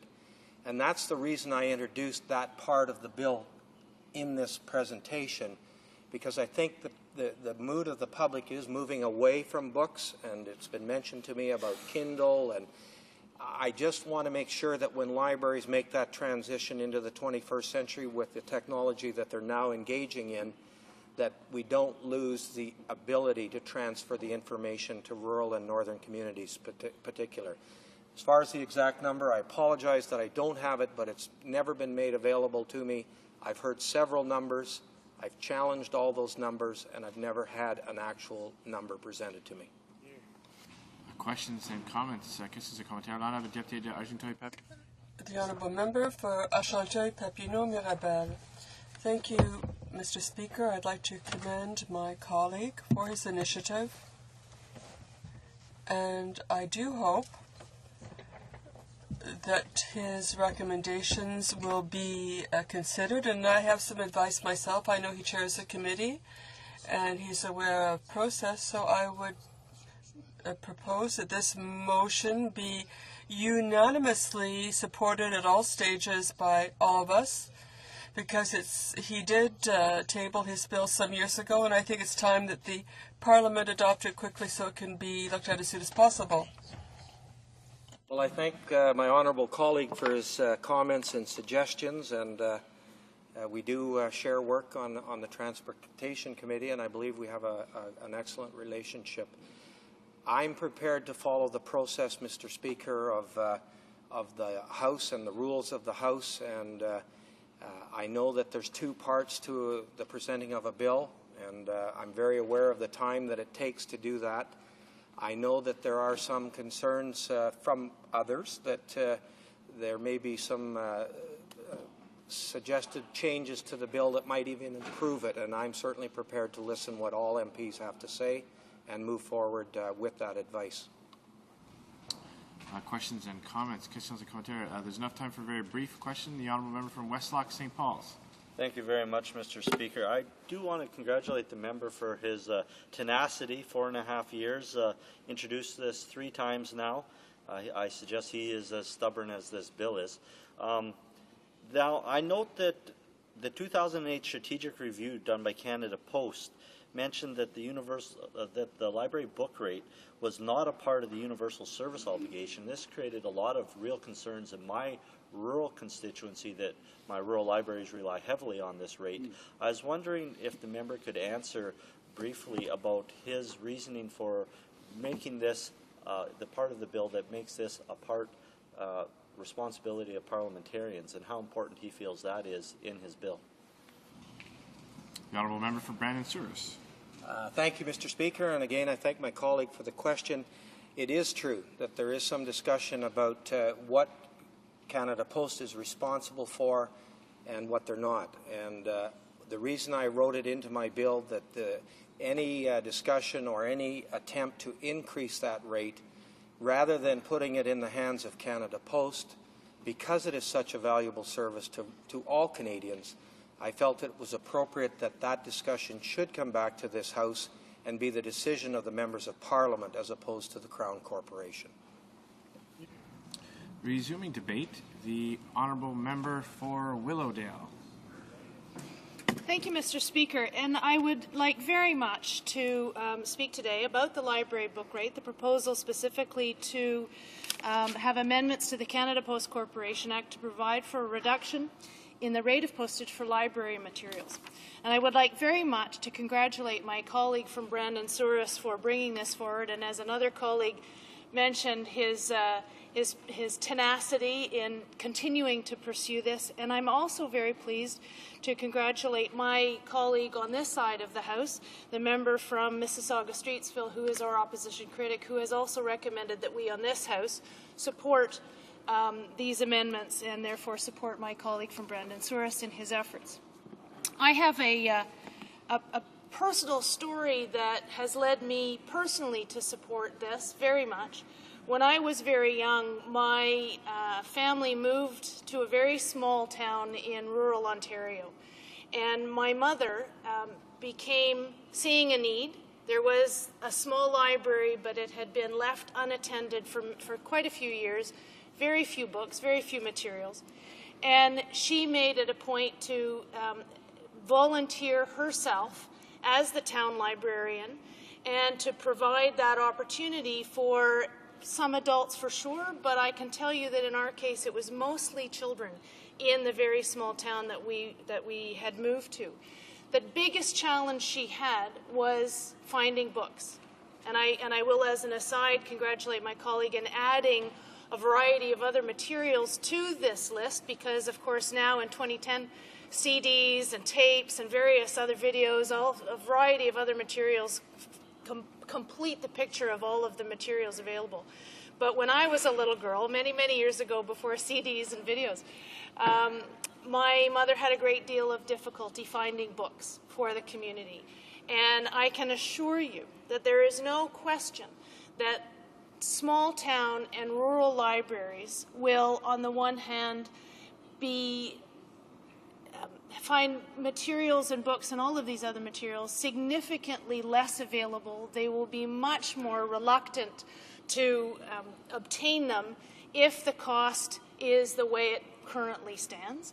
On the positive side, I will say that there's also no question that so many of these small town and rural libraries will bring in far more materials, books, CDs, videos for so many people in their communities if they are capable of doing so at a reduced cost. And in a country where we all agree that education is so important, that opening up of horizons, particularly for our children, is so critical to the success and the future of this country, that doing so, particularly in these areas where they would not otherwise have those opportunities, is tremendously important. I will also say that as our primary job is, one of our primary jobs as parliamentarians is to make sure that taxpayer money is spent wisely and effectively and transparently, that there are concerns about what this might mean in terms of reduced revenue to Canada Post. I am therefore pleased to support this also on the basis that it will go to committee, that my colleagues at committee will be in a position to review what this may mean in terms of reduced costs, or reduced revenue rather, Mr. Speaker, to Canada Post. But it is in that forum that we will have the opportunity to analyze those details and deal with them appropriately at that time. Monsieur le Président, je veux dire premièrement, Mr. Speaker, félicitations. To begin with, I'd like to congratulate my colleague, the member for Brandon Souris, for continuing his efforts with this bill. I know he's done so for quite some time. I'd also like to congratulate my colleague, the member for Mississauga-Streetsville. She's the critic on this issue for my party, and she is the one who recommended that we, on this side of the House, give our support for the member for Brandon. And I can tell you that the problems now with rural libraries are something that I have a personal connection with. My mother, in a very small village, became a volunteer librarian, and the thing that she found hardest was to find books and materials for the library. Absolument, mais beaucoup. She worked with adults, of course, but she worked particularly with children. It was a huge challenge for her, but also something that she just enjoyed so much. It was so rewarding for her to get books and materials for people in the community. Alors je peux So I can confirm the fact that having reduced costs through an exchange of materials for libraries is really tremendous, not only for small rural libraries, but also for libraries throughout the country, and also for those people who are going to have an opportunity to read the books and use the materials. That's what's most important. So, Mr. Speaker, I'd like to repeat that we are proud on this side of the House to lend our support to our colleague, the member for Brandon Ceres, with this by supporting this bill. We'll be discussing the bill in committee. We do have a number of questions about costs and what will happen to with respect to Canada Post's reduced revenue. But basically, it's a good idea, and we give our support to this bill, and we hope that it'll be successful. Resuming debate, the Honourable Member for Argenteuil-Papineau-Mirabel. Monsieur le Président, me fait plaisir de prendre la parole sur le projet de loi. Thank you, Mr. Speaker. I'm pleased to rise on Bill 309, a bill to amend the Canada Post organisation. It was introduced by our colleague for Brendan Saris, the member for Brendan Saris. Now, Mr. Speaker, this is really urgent. Currently, in the public library network, including in Quebec, there is this persistent rumour that fees will be increased by Canada Post. Now, you have to understand, Mr. Speaker, that rightly or wrongly, Canada Post has engaged in its own business activities. It's having its own problems, and the bill will take away from Canada Post the exclusive privilege for remailing abroad. This will represent a loss of revenue for Canada Post, and this is a choice that the Conservative government is making. That is to deprive Canada Post of its exclusive privilege for remailing abroad. But, you know, the network of public loan libraries shouldn't pay the price, and I think that my colleague for Brendan Saris has understood this, given the bill he has introduced. Earlier I said that it should be adopted at a report stage. I know that the committee should discuss it and learn more about it and get a sense of where the money will come from. And that's why I'm suggesting that we move ahead quite quickly, because if Canada Post is facing revenue difficulties, well, then they'll need to discuss the matter directly with the government, because they already provide a reduced fee for the transportation of books between libraries for loans and also for individuals who want to take advantage of those services. That's already in effect, so obviously it's not a loss of revenue that represents. This fee has been in place for a number of years. The revenue losses come elsewhere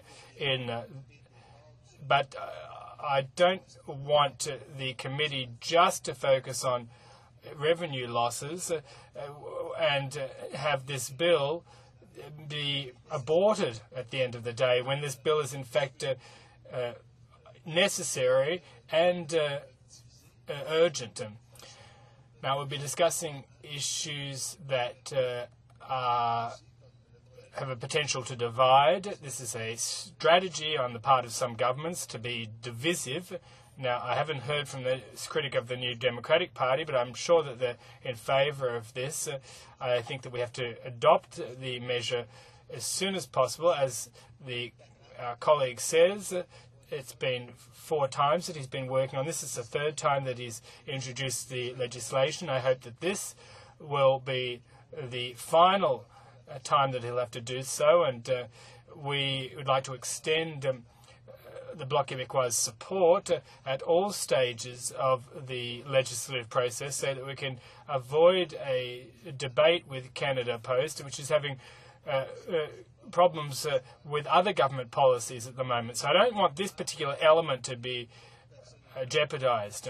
Now, personally speaking, I know the president of the Loans Libraries network in Quebec. He's the president in the Outaouais region. It's also the mayor for the municipal riding county of Papineau. And I've had an opportunity to speak with her about potentially seeing a price rise in the cost of in the fees for transportation.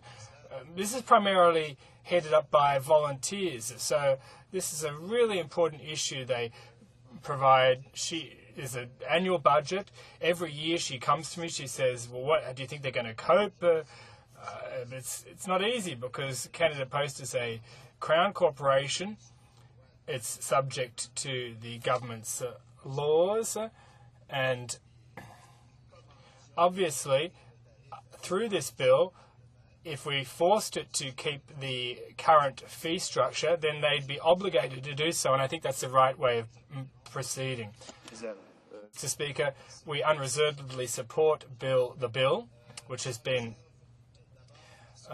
put before us, unreservedly, because it will keep the current reduced rate in place. It will also add for all audiovisual documents. My colleague for Brendan Cyrus has a vision. He's a visionary. There are new technologies, and the public needs to be able to take advantage of them and use them. So adding audiovisual documents to the reduced tariffs fee category is a good way of encouraging communities.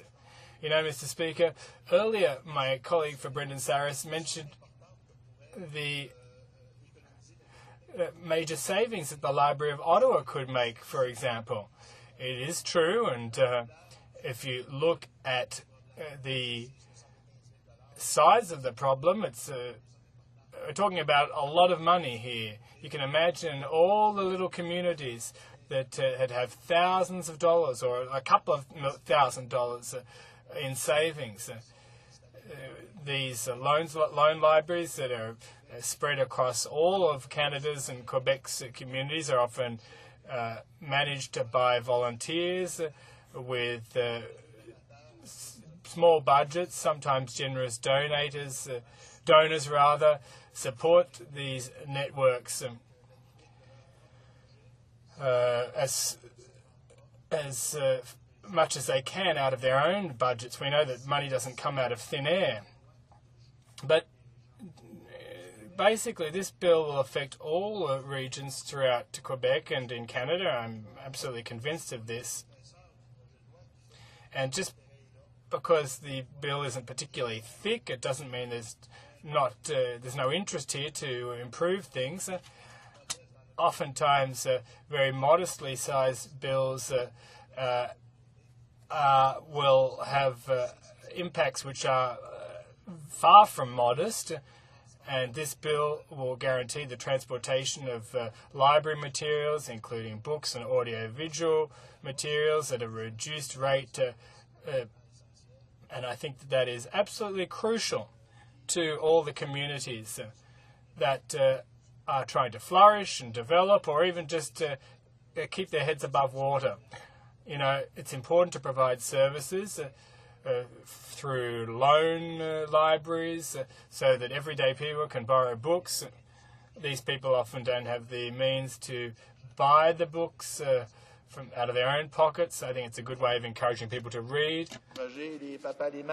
encouraging seniors and families to read. I think it's a very positive social network, and I'd like to commend my Conservative colleague, and I'll guarantee him that the Bloc will support him in his efforts.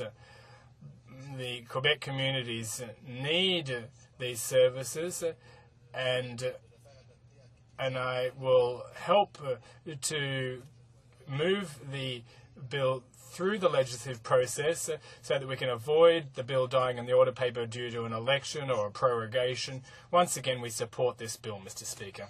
Debate, the honourable member for Elmwood Transcona. Well, thank you, Mr. Speaker. I'm very pleased today to rise to support Bill C-509, and I want to congratulate the member for sticking with it, so to speak, having introduced this bill evidently 3 times over 4.5 years. I've known the member for Brandon Souris now for quite a number of years, and he is certainly a very hard worker and is looking out for the interests of his constituents. Certainly in this case, I see an interesting opportunity here, Mr. Speaker, for us to simply let this bill go to committee at the end of the first hour. I personally see no reason why we would want to use up House time for a second hour of debate on this particular bill when we're all in agreement. We're 100% in agreement of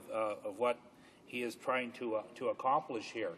But I also find a slight contradiction, perhaps, in the member's party, because on the one hand, the member is presenting a bill supporting a continued reduction in a subsidy for delivery of library books, but on the other hand, his government is supporting hiving off remailers to the private sector, doing it through the Budget Implementation Bill C9.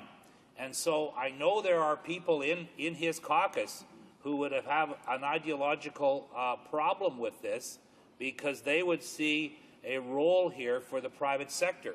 I mean, this would be a prime opportunity to have, the private sector do private deliveries of library books.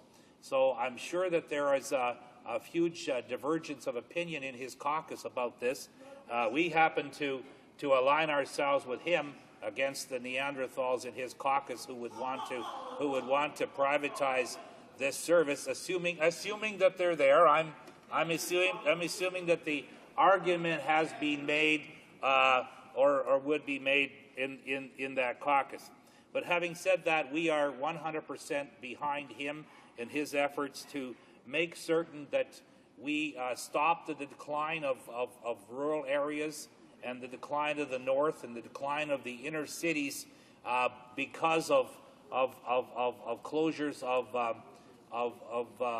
not only bank branches, which have certainly happened over the last number of years, but certainly when it comes to libraries as well. And the member knows that in the city of Winnipeg, we have had the closure of some branches in the poorer areas of our city, which have caused a huge public backlash, and people have tried to organize and stop the closure of the libraries, because what the move has been to, in the same way that there's a move towards large recreation centers in urban environments, and then perhaps in rural environments as well, when there's a move to these larger centers, then there's a closing of the smaller center, and what happens is that disadvantages poor people, because the richer people can afford to get in a car and drive to the recreation center in the next town or a few blocks down,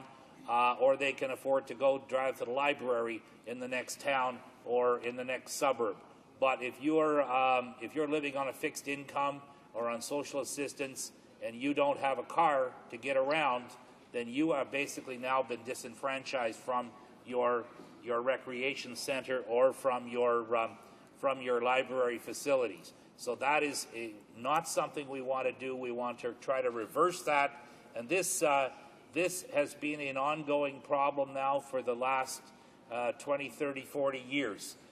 Provincial governments have been trying to deal with it, to keep people in the small towns, keep people on the land, keep people in the rural areas and the north. So I see this as just another battle that we have to engage in to slow down the closure of small facilities and basically drive these small libraries out of business. Now, I have a question about the cost, and the member knows that, and he has mentioned that the Ottawa Regional Library would perhaps save $70,000 per year on its mailing costs, and if that were the case, and he's also indicated that currently they're paying, for example, a factor of say $3, and the new rate, if the post office had its way,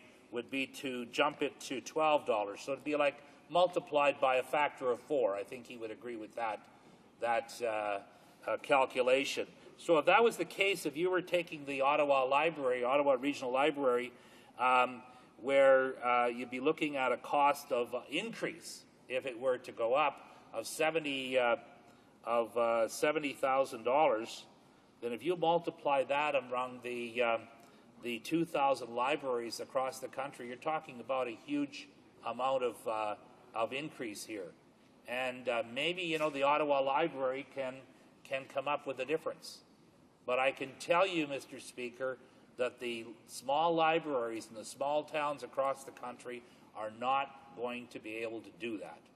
So what the member is proposing here is something that, we say we can all agree in, but it's a much bigger picture that he is addressing here. This goes far beyond the whole issue about subsidizing the transfer of library books back and forth from the libraries to the people that are using the books.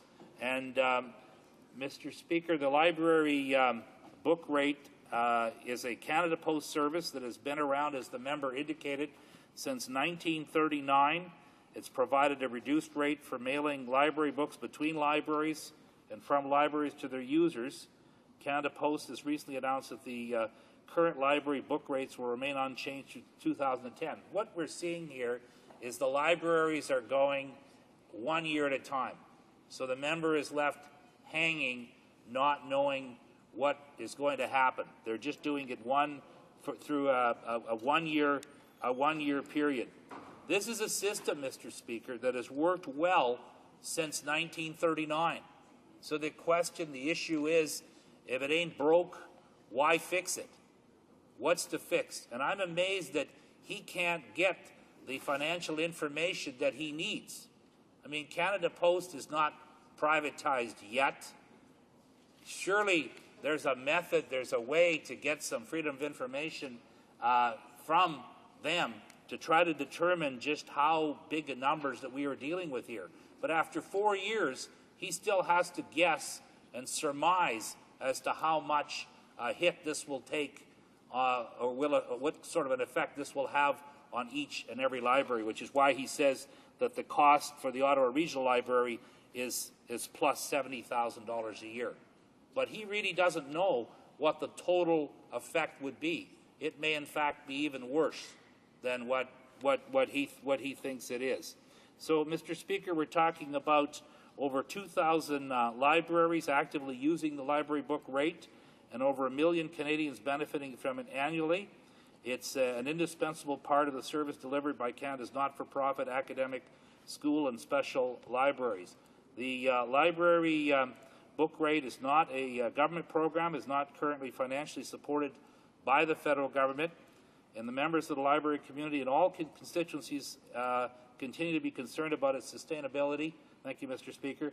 Given that Canada Post is a Crown corporation with a mandate to generate a dividend for its shareholder, which of course is the government, the rate continues to contribute to the public policy goals of literacy, lifelong learning, inclusion, vibrant rural and remote communities. And Mr. Speaker, this is where you get into the intangibles here. You start looking at parallels like the closure of the prison farms. The government is looking at it as a dollars and cents question, but not looking at the total effect of the prisoner getting up at 6 a.m. and milking cows and communing with nature and with the animals and taking care of the animals. They take that out of the equation. They take that out of the equation. So too here, Mr. Speaker. They take the fact out of the equation that this is a much bigger issue than just dollars and cents. It is the effect that you have when people can't get library books, when people have disabilities, visual impairments, and can't get facilities from their library. He's also expanded this list to include DVDs and other things. This is a good bill, Mr. Speaker, and we support it. Resuming debate, the honourable member for Westlock St. Paul. Thank you very much, Mr. Chairman. And I have to say at the onset of this discussion today, that it is an honor to stand here in this House and talk about the library book rate bill that my colleague from Brandon Souris has put forward. I was actually just on the phone with my son Easton, and he hopes that the member has a little bit more luck getting this through than he had in committee the other day. But I do have to say that my son also has some concerns about the NDP members' approach during private members' business, bringing up these topics of Neanderthals in Western Canada. And, I really take umbrage to that because, to be honest with you, this government has always stood on the side of rural Canadians. And this bill is something that is very important to rural Canada, to Western Canada, to my communities. And to hear a member of the former NDP government in Manitoba complain about bank branches and libraries being shut down in Manitoba, it was this member who didn't do anything about it for the last who knows how many years in the provincial government, and is just as ineffective today in this Parliament. But, Mr. Speaker, this really is a nonpartisan piece of legislation. This really is something that we should all be able to gather around and talk about, and we should be able to pass this at the utmost speed, because this is something that is critically important to rural Canada. I want to congratulate the member from Brandon Souris once again for 4.5 years of dedication to this. He has introduced it 3 times, and at the end of the day, this bill is as determined, as stubborn, and as practical as he is. I also want to mention and thank the member from Brandon Souris for all the numerous phone calls and petitions that I've received from my constituents and my librarians around my constituency. I can say I've gotten to know a lot more of my librarians a lot better after they've called me and explained to me the benefits of the library book rate to them and how critical it is that they have some consistency in this form of payment. It's like when we talk about municipal government. When I was in municipal government, we always wanted to know, it was great when politicians come in and cut a ribbon with us, but it really is tough on you to balance your books year after year when you're not sure how many grants you're going to get the next year. And what this bill will do will help stabilize for our libraries the rate going forward. And it will honestly, I believe, bring back the responsibility to Parliament for changing that rate. And I think we as elected officials should be the ones that have a say in this, because it does affect all of our local communities so very much. This bill is critically important to communities in my riding, such as Mallaig, Barrhead, Westlock, Neerlandia, Elk Point, the smaller communities, St. Paul, that rely on interlibrary loans and rely on that rate staying at a discount and staying competitive.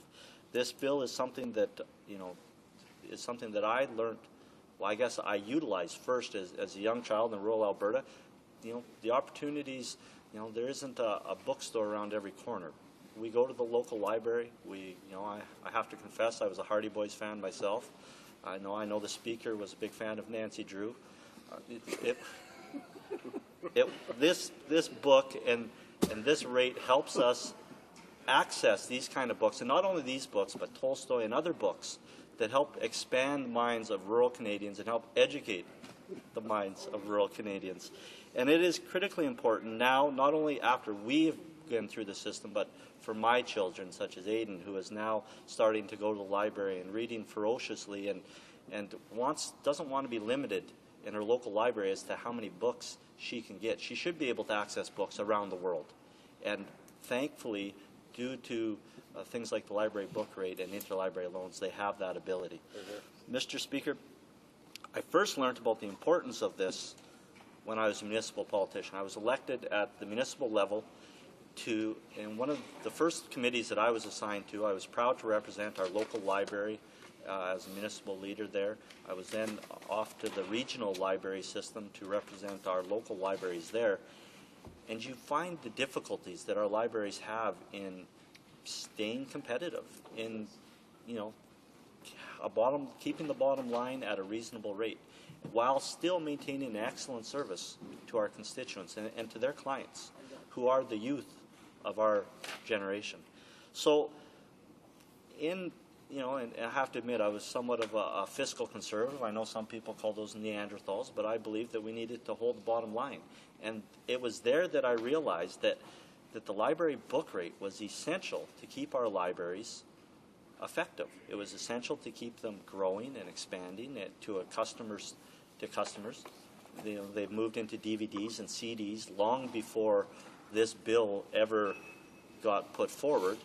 And the local libraries tell me how important it is and what a cost savings it will be to them to have DVDs and CDs put in, because now big books of Braille and with block letters that are harder to read can be transcribed onto CDs and DVDs, which will be at a much reduced cost to the government, at a much reduced cost to the taxpayers to move these books around.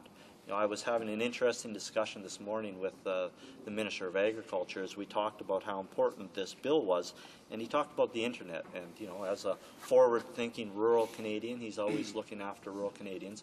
He brought up how important it is that libraries have access to the internet, because in my communities, oftentimes this is one of the only places that a rural Canadian, a young boy or girl, can go and actually access free internet services outside of their own home.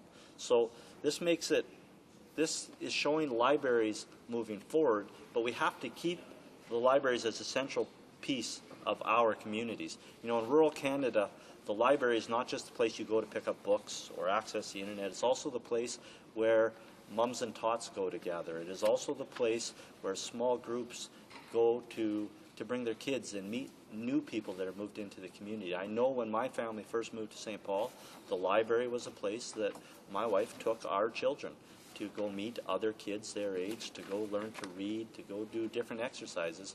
And without things like the interlibrary loans and the library book rate, our libraries would be less effective and have to have fewer hours.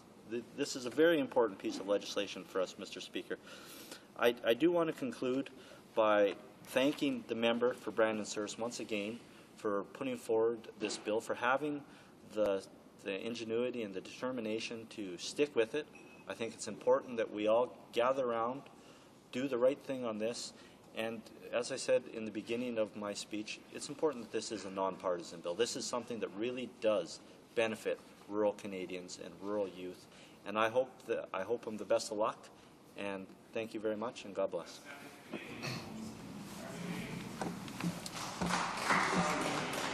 Resuming debate, the honourable member for Crowfoot. Well, thank you very much, Mr. Speaker. And again, it's a pleasure to rise in this place and to speak to this bill that's been brought forward by my colleague from Brandon Souris. Let me also commend him, as the former colleague from Westlock did, on his perseverance in keeping this before the House. I know he's been at this for 4.5 years. It's been introduced 3 times, and he's done a very good job doing that each time. Mr. Speaker, I was just going through the BlackBerry here, and I note that on April 24th, a Saturday, I was in Chestermere Lake attending the Chestermere Library Spring Gala. That day, I recall waking up early in the morning, heading to Hannah for an early meeting in Hannah, and then a board meeting in Hannah, then heading to Three Hills for a graduation, and in a snowstorm on April 24th, traveling down close to Calgary into Chestermere to a gala there where the theme was the 1920s. And in the midst of this spring snowstorm, the hall was full. It was held at the golf course, and it was full. People came in costumes of the 1920s. The music was being played from the 1920s, and people were there to support their local library. Mr. Speaker, they understood that if the library was going to succeed, if the library was going to meet the needs of their community, that they had a role. They had a role, and the community came out in force that night to enjoy the evening, first of all, but also to raise some significant dollars through an auction, a live auction, and also the silent auction that was held there. And, Mr. Speaker, make no mistake about it. Throughout my rural constituency, these types of meetings are held fairly frequently. This one here, people were there because they have a remarkable library in Chestermere. I can recall, Mr. Speaker, going into the Hannah Library, going into the Bashaw Library, getting a tour through the Bashaw Library, getting a tour through a number of libraries in my riding. And this issue of the library book rate, this issue of funding and being able to shuffle or move books around from library to library was always an issue that was brought forward to me and librarians and parents. And Mr. Speaker, living in my local town, or in my hometown of Killam,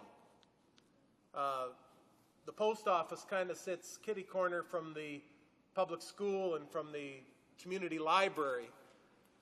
Mr. Speaker, I'm amazed at the number of people that go and frequent that library.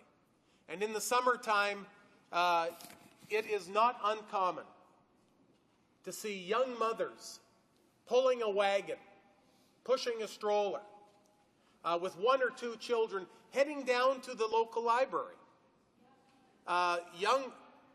Old mothers. The member from Toronto here. What about us old mothers? Well, the old mothers as well, but it's usually the younger mothers that are pulling the young infants in the children in the wagon. And so, yeah, so it's a facility that is used and not abused. And Mr. Speaker, I think the member from Brandon also talked about those who are homebound, and those who are forced to kind of stay in their homes or in their communities, how they access the libraries. And so I think certainly that we need to thank the member of Brandon Souris for bringing this bill forward to be debated, to go to committee, to be looked at. I think it's going to be a positive thing when we get to know a little bit more about what the savings are by having this rate. We know the history of it, that in 1939, I think when you look back to 1939, we were a young country. We were a country trying to develop local communities. We recognized that there was a need to work together to help succeed in accessing more resources for our local libraries, and that's kind of where this came up. I think I've already talked about what this means to local libraries. I wish that those who are watching today could actually see the number, and all parties would agree with this, the number of letters, the amount of correspondence that we receive on this issue. Libraries are very good in mobilizing their users, and I applaud them for that. I think that it helps us to represent them when we know, the significance of legislation like what we are seeing here today. Mr. Speaker, I just want to bring out some of the points that have been raised already. There's over 2,000 libraries throughout this country that use this book rate. 1 million Canadians are benefiting from it annually. And, it's an important part of the service that they deliver to the public. It is important not only just for the mums and for the people that frequent their library. Let me also say that academically, this is a very important bill because this is going to assure that some of those rural libraries that may even be part of the local public school can access resources for their public school or for whatever type of school they have. And so I think academically this gives a kind of a hands up to to those in the rural ridings. Mr. Speaker, my riding, as I mentioned earlier, is a rural riding. Very small, many small communities, villages, hamlets, towns. And, Mr. Speaker, they already feel the pinch. They're already feeling the pinch. I can recall when utility rates took a little bit of a spike in Alberta, and the letters that I received from one library that said that their library is run by volunteers, they have a limited budget, and their utility bills went up $600. And I recall this letter coming into me probably 3 or 4 years ago, and them asking me the question, how can we keep our library open? What are the things that we can do to keep the library open? And so I think, Mr. Speaker, that it's very important that we look at bills like this, that we recognize that we aren't guaranteed universality all the time, or accessibility in libraries or access to some of these resources. But for our rural ridings, it's an integral part of our communities. And, Mr. Speaker, I thank this member of Brandon for being so perseverant and sticking to it and bringing it forward. And I wish him all the success as this hopefully goes to committee and as we have the opportunity to study it some more. The honourable member for Crowfoot will still have 2 minutes remaining to make remarks on this bill. However, now the time provided for the consideration of private members' business has expired, and the order is dropped to the bottom of the order of precedence on the order paper. And it being 2:15 p.m., this House stands adjourned until Monday next at 11 a.m. pursuant to Standing Order 24, paragraph 1.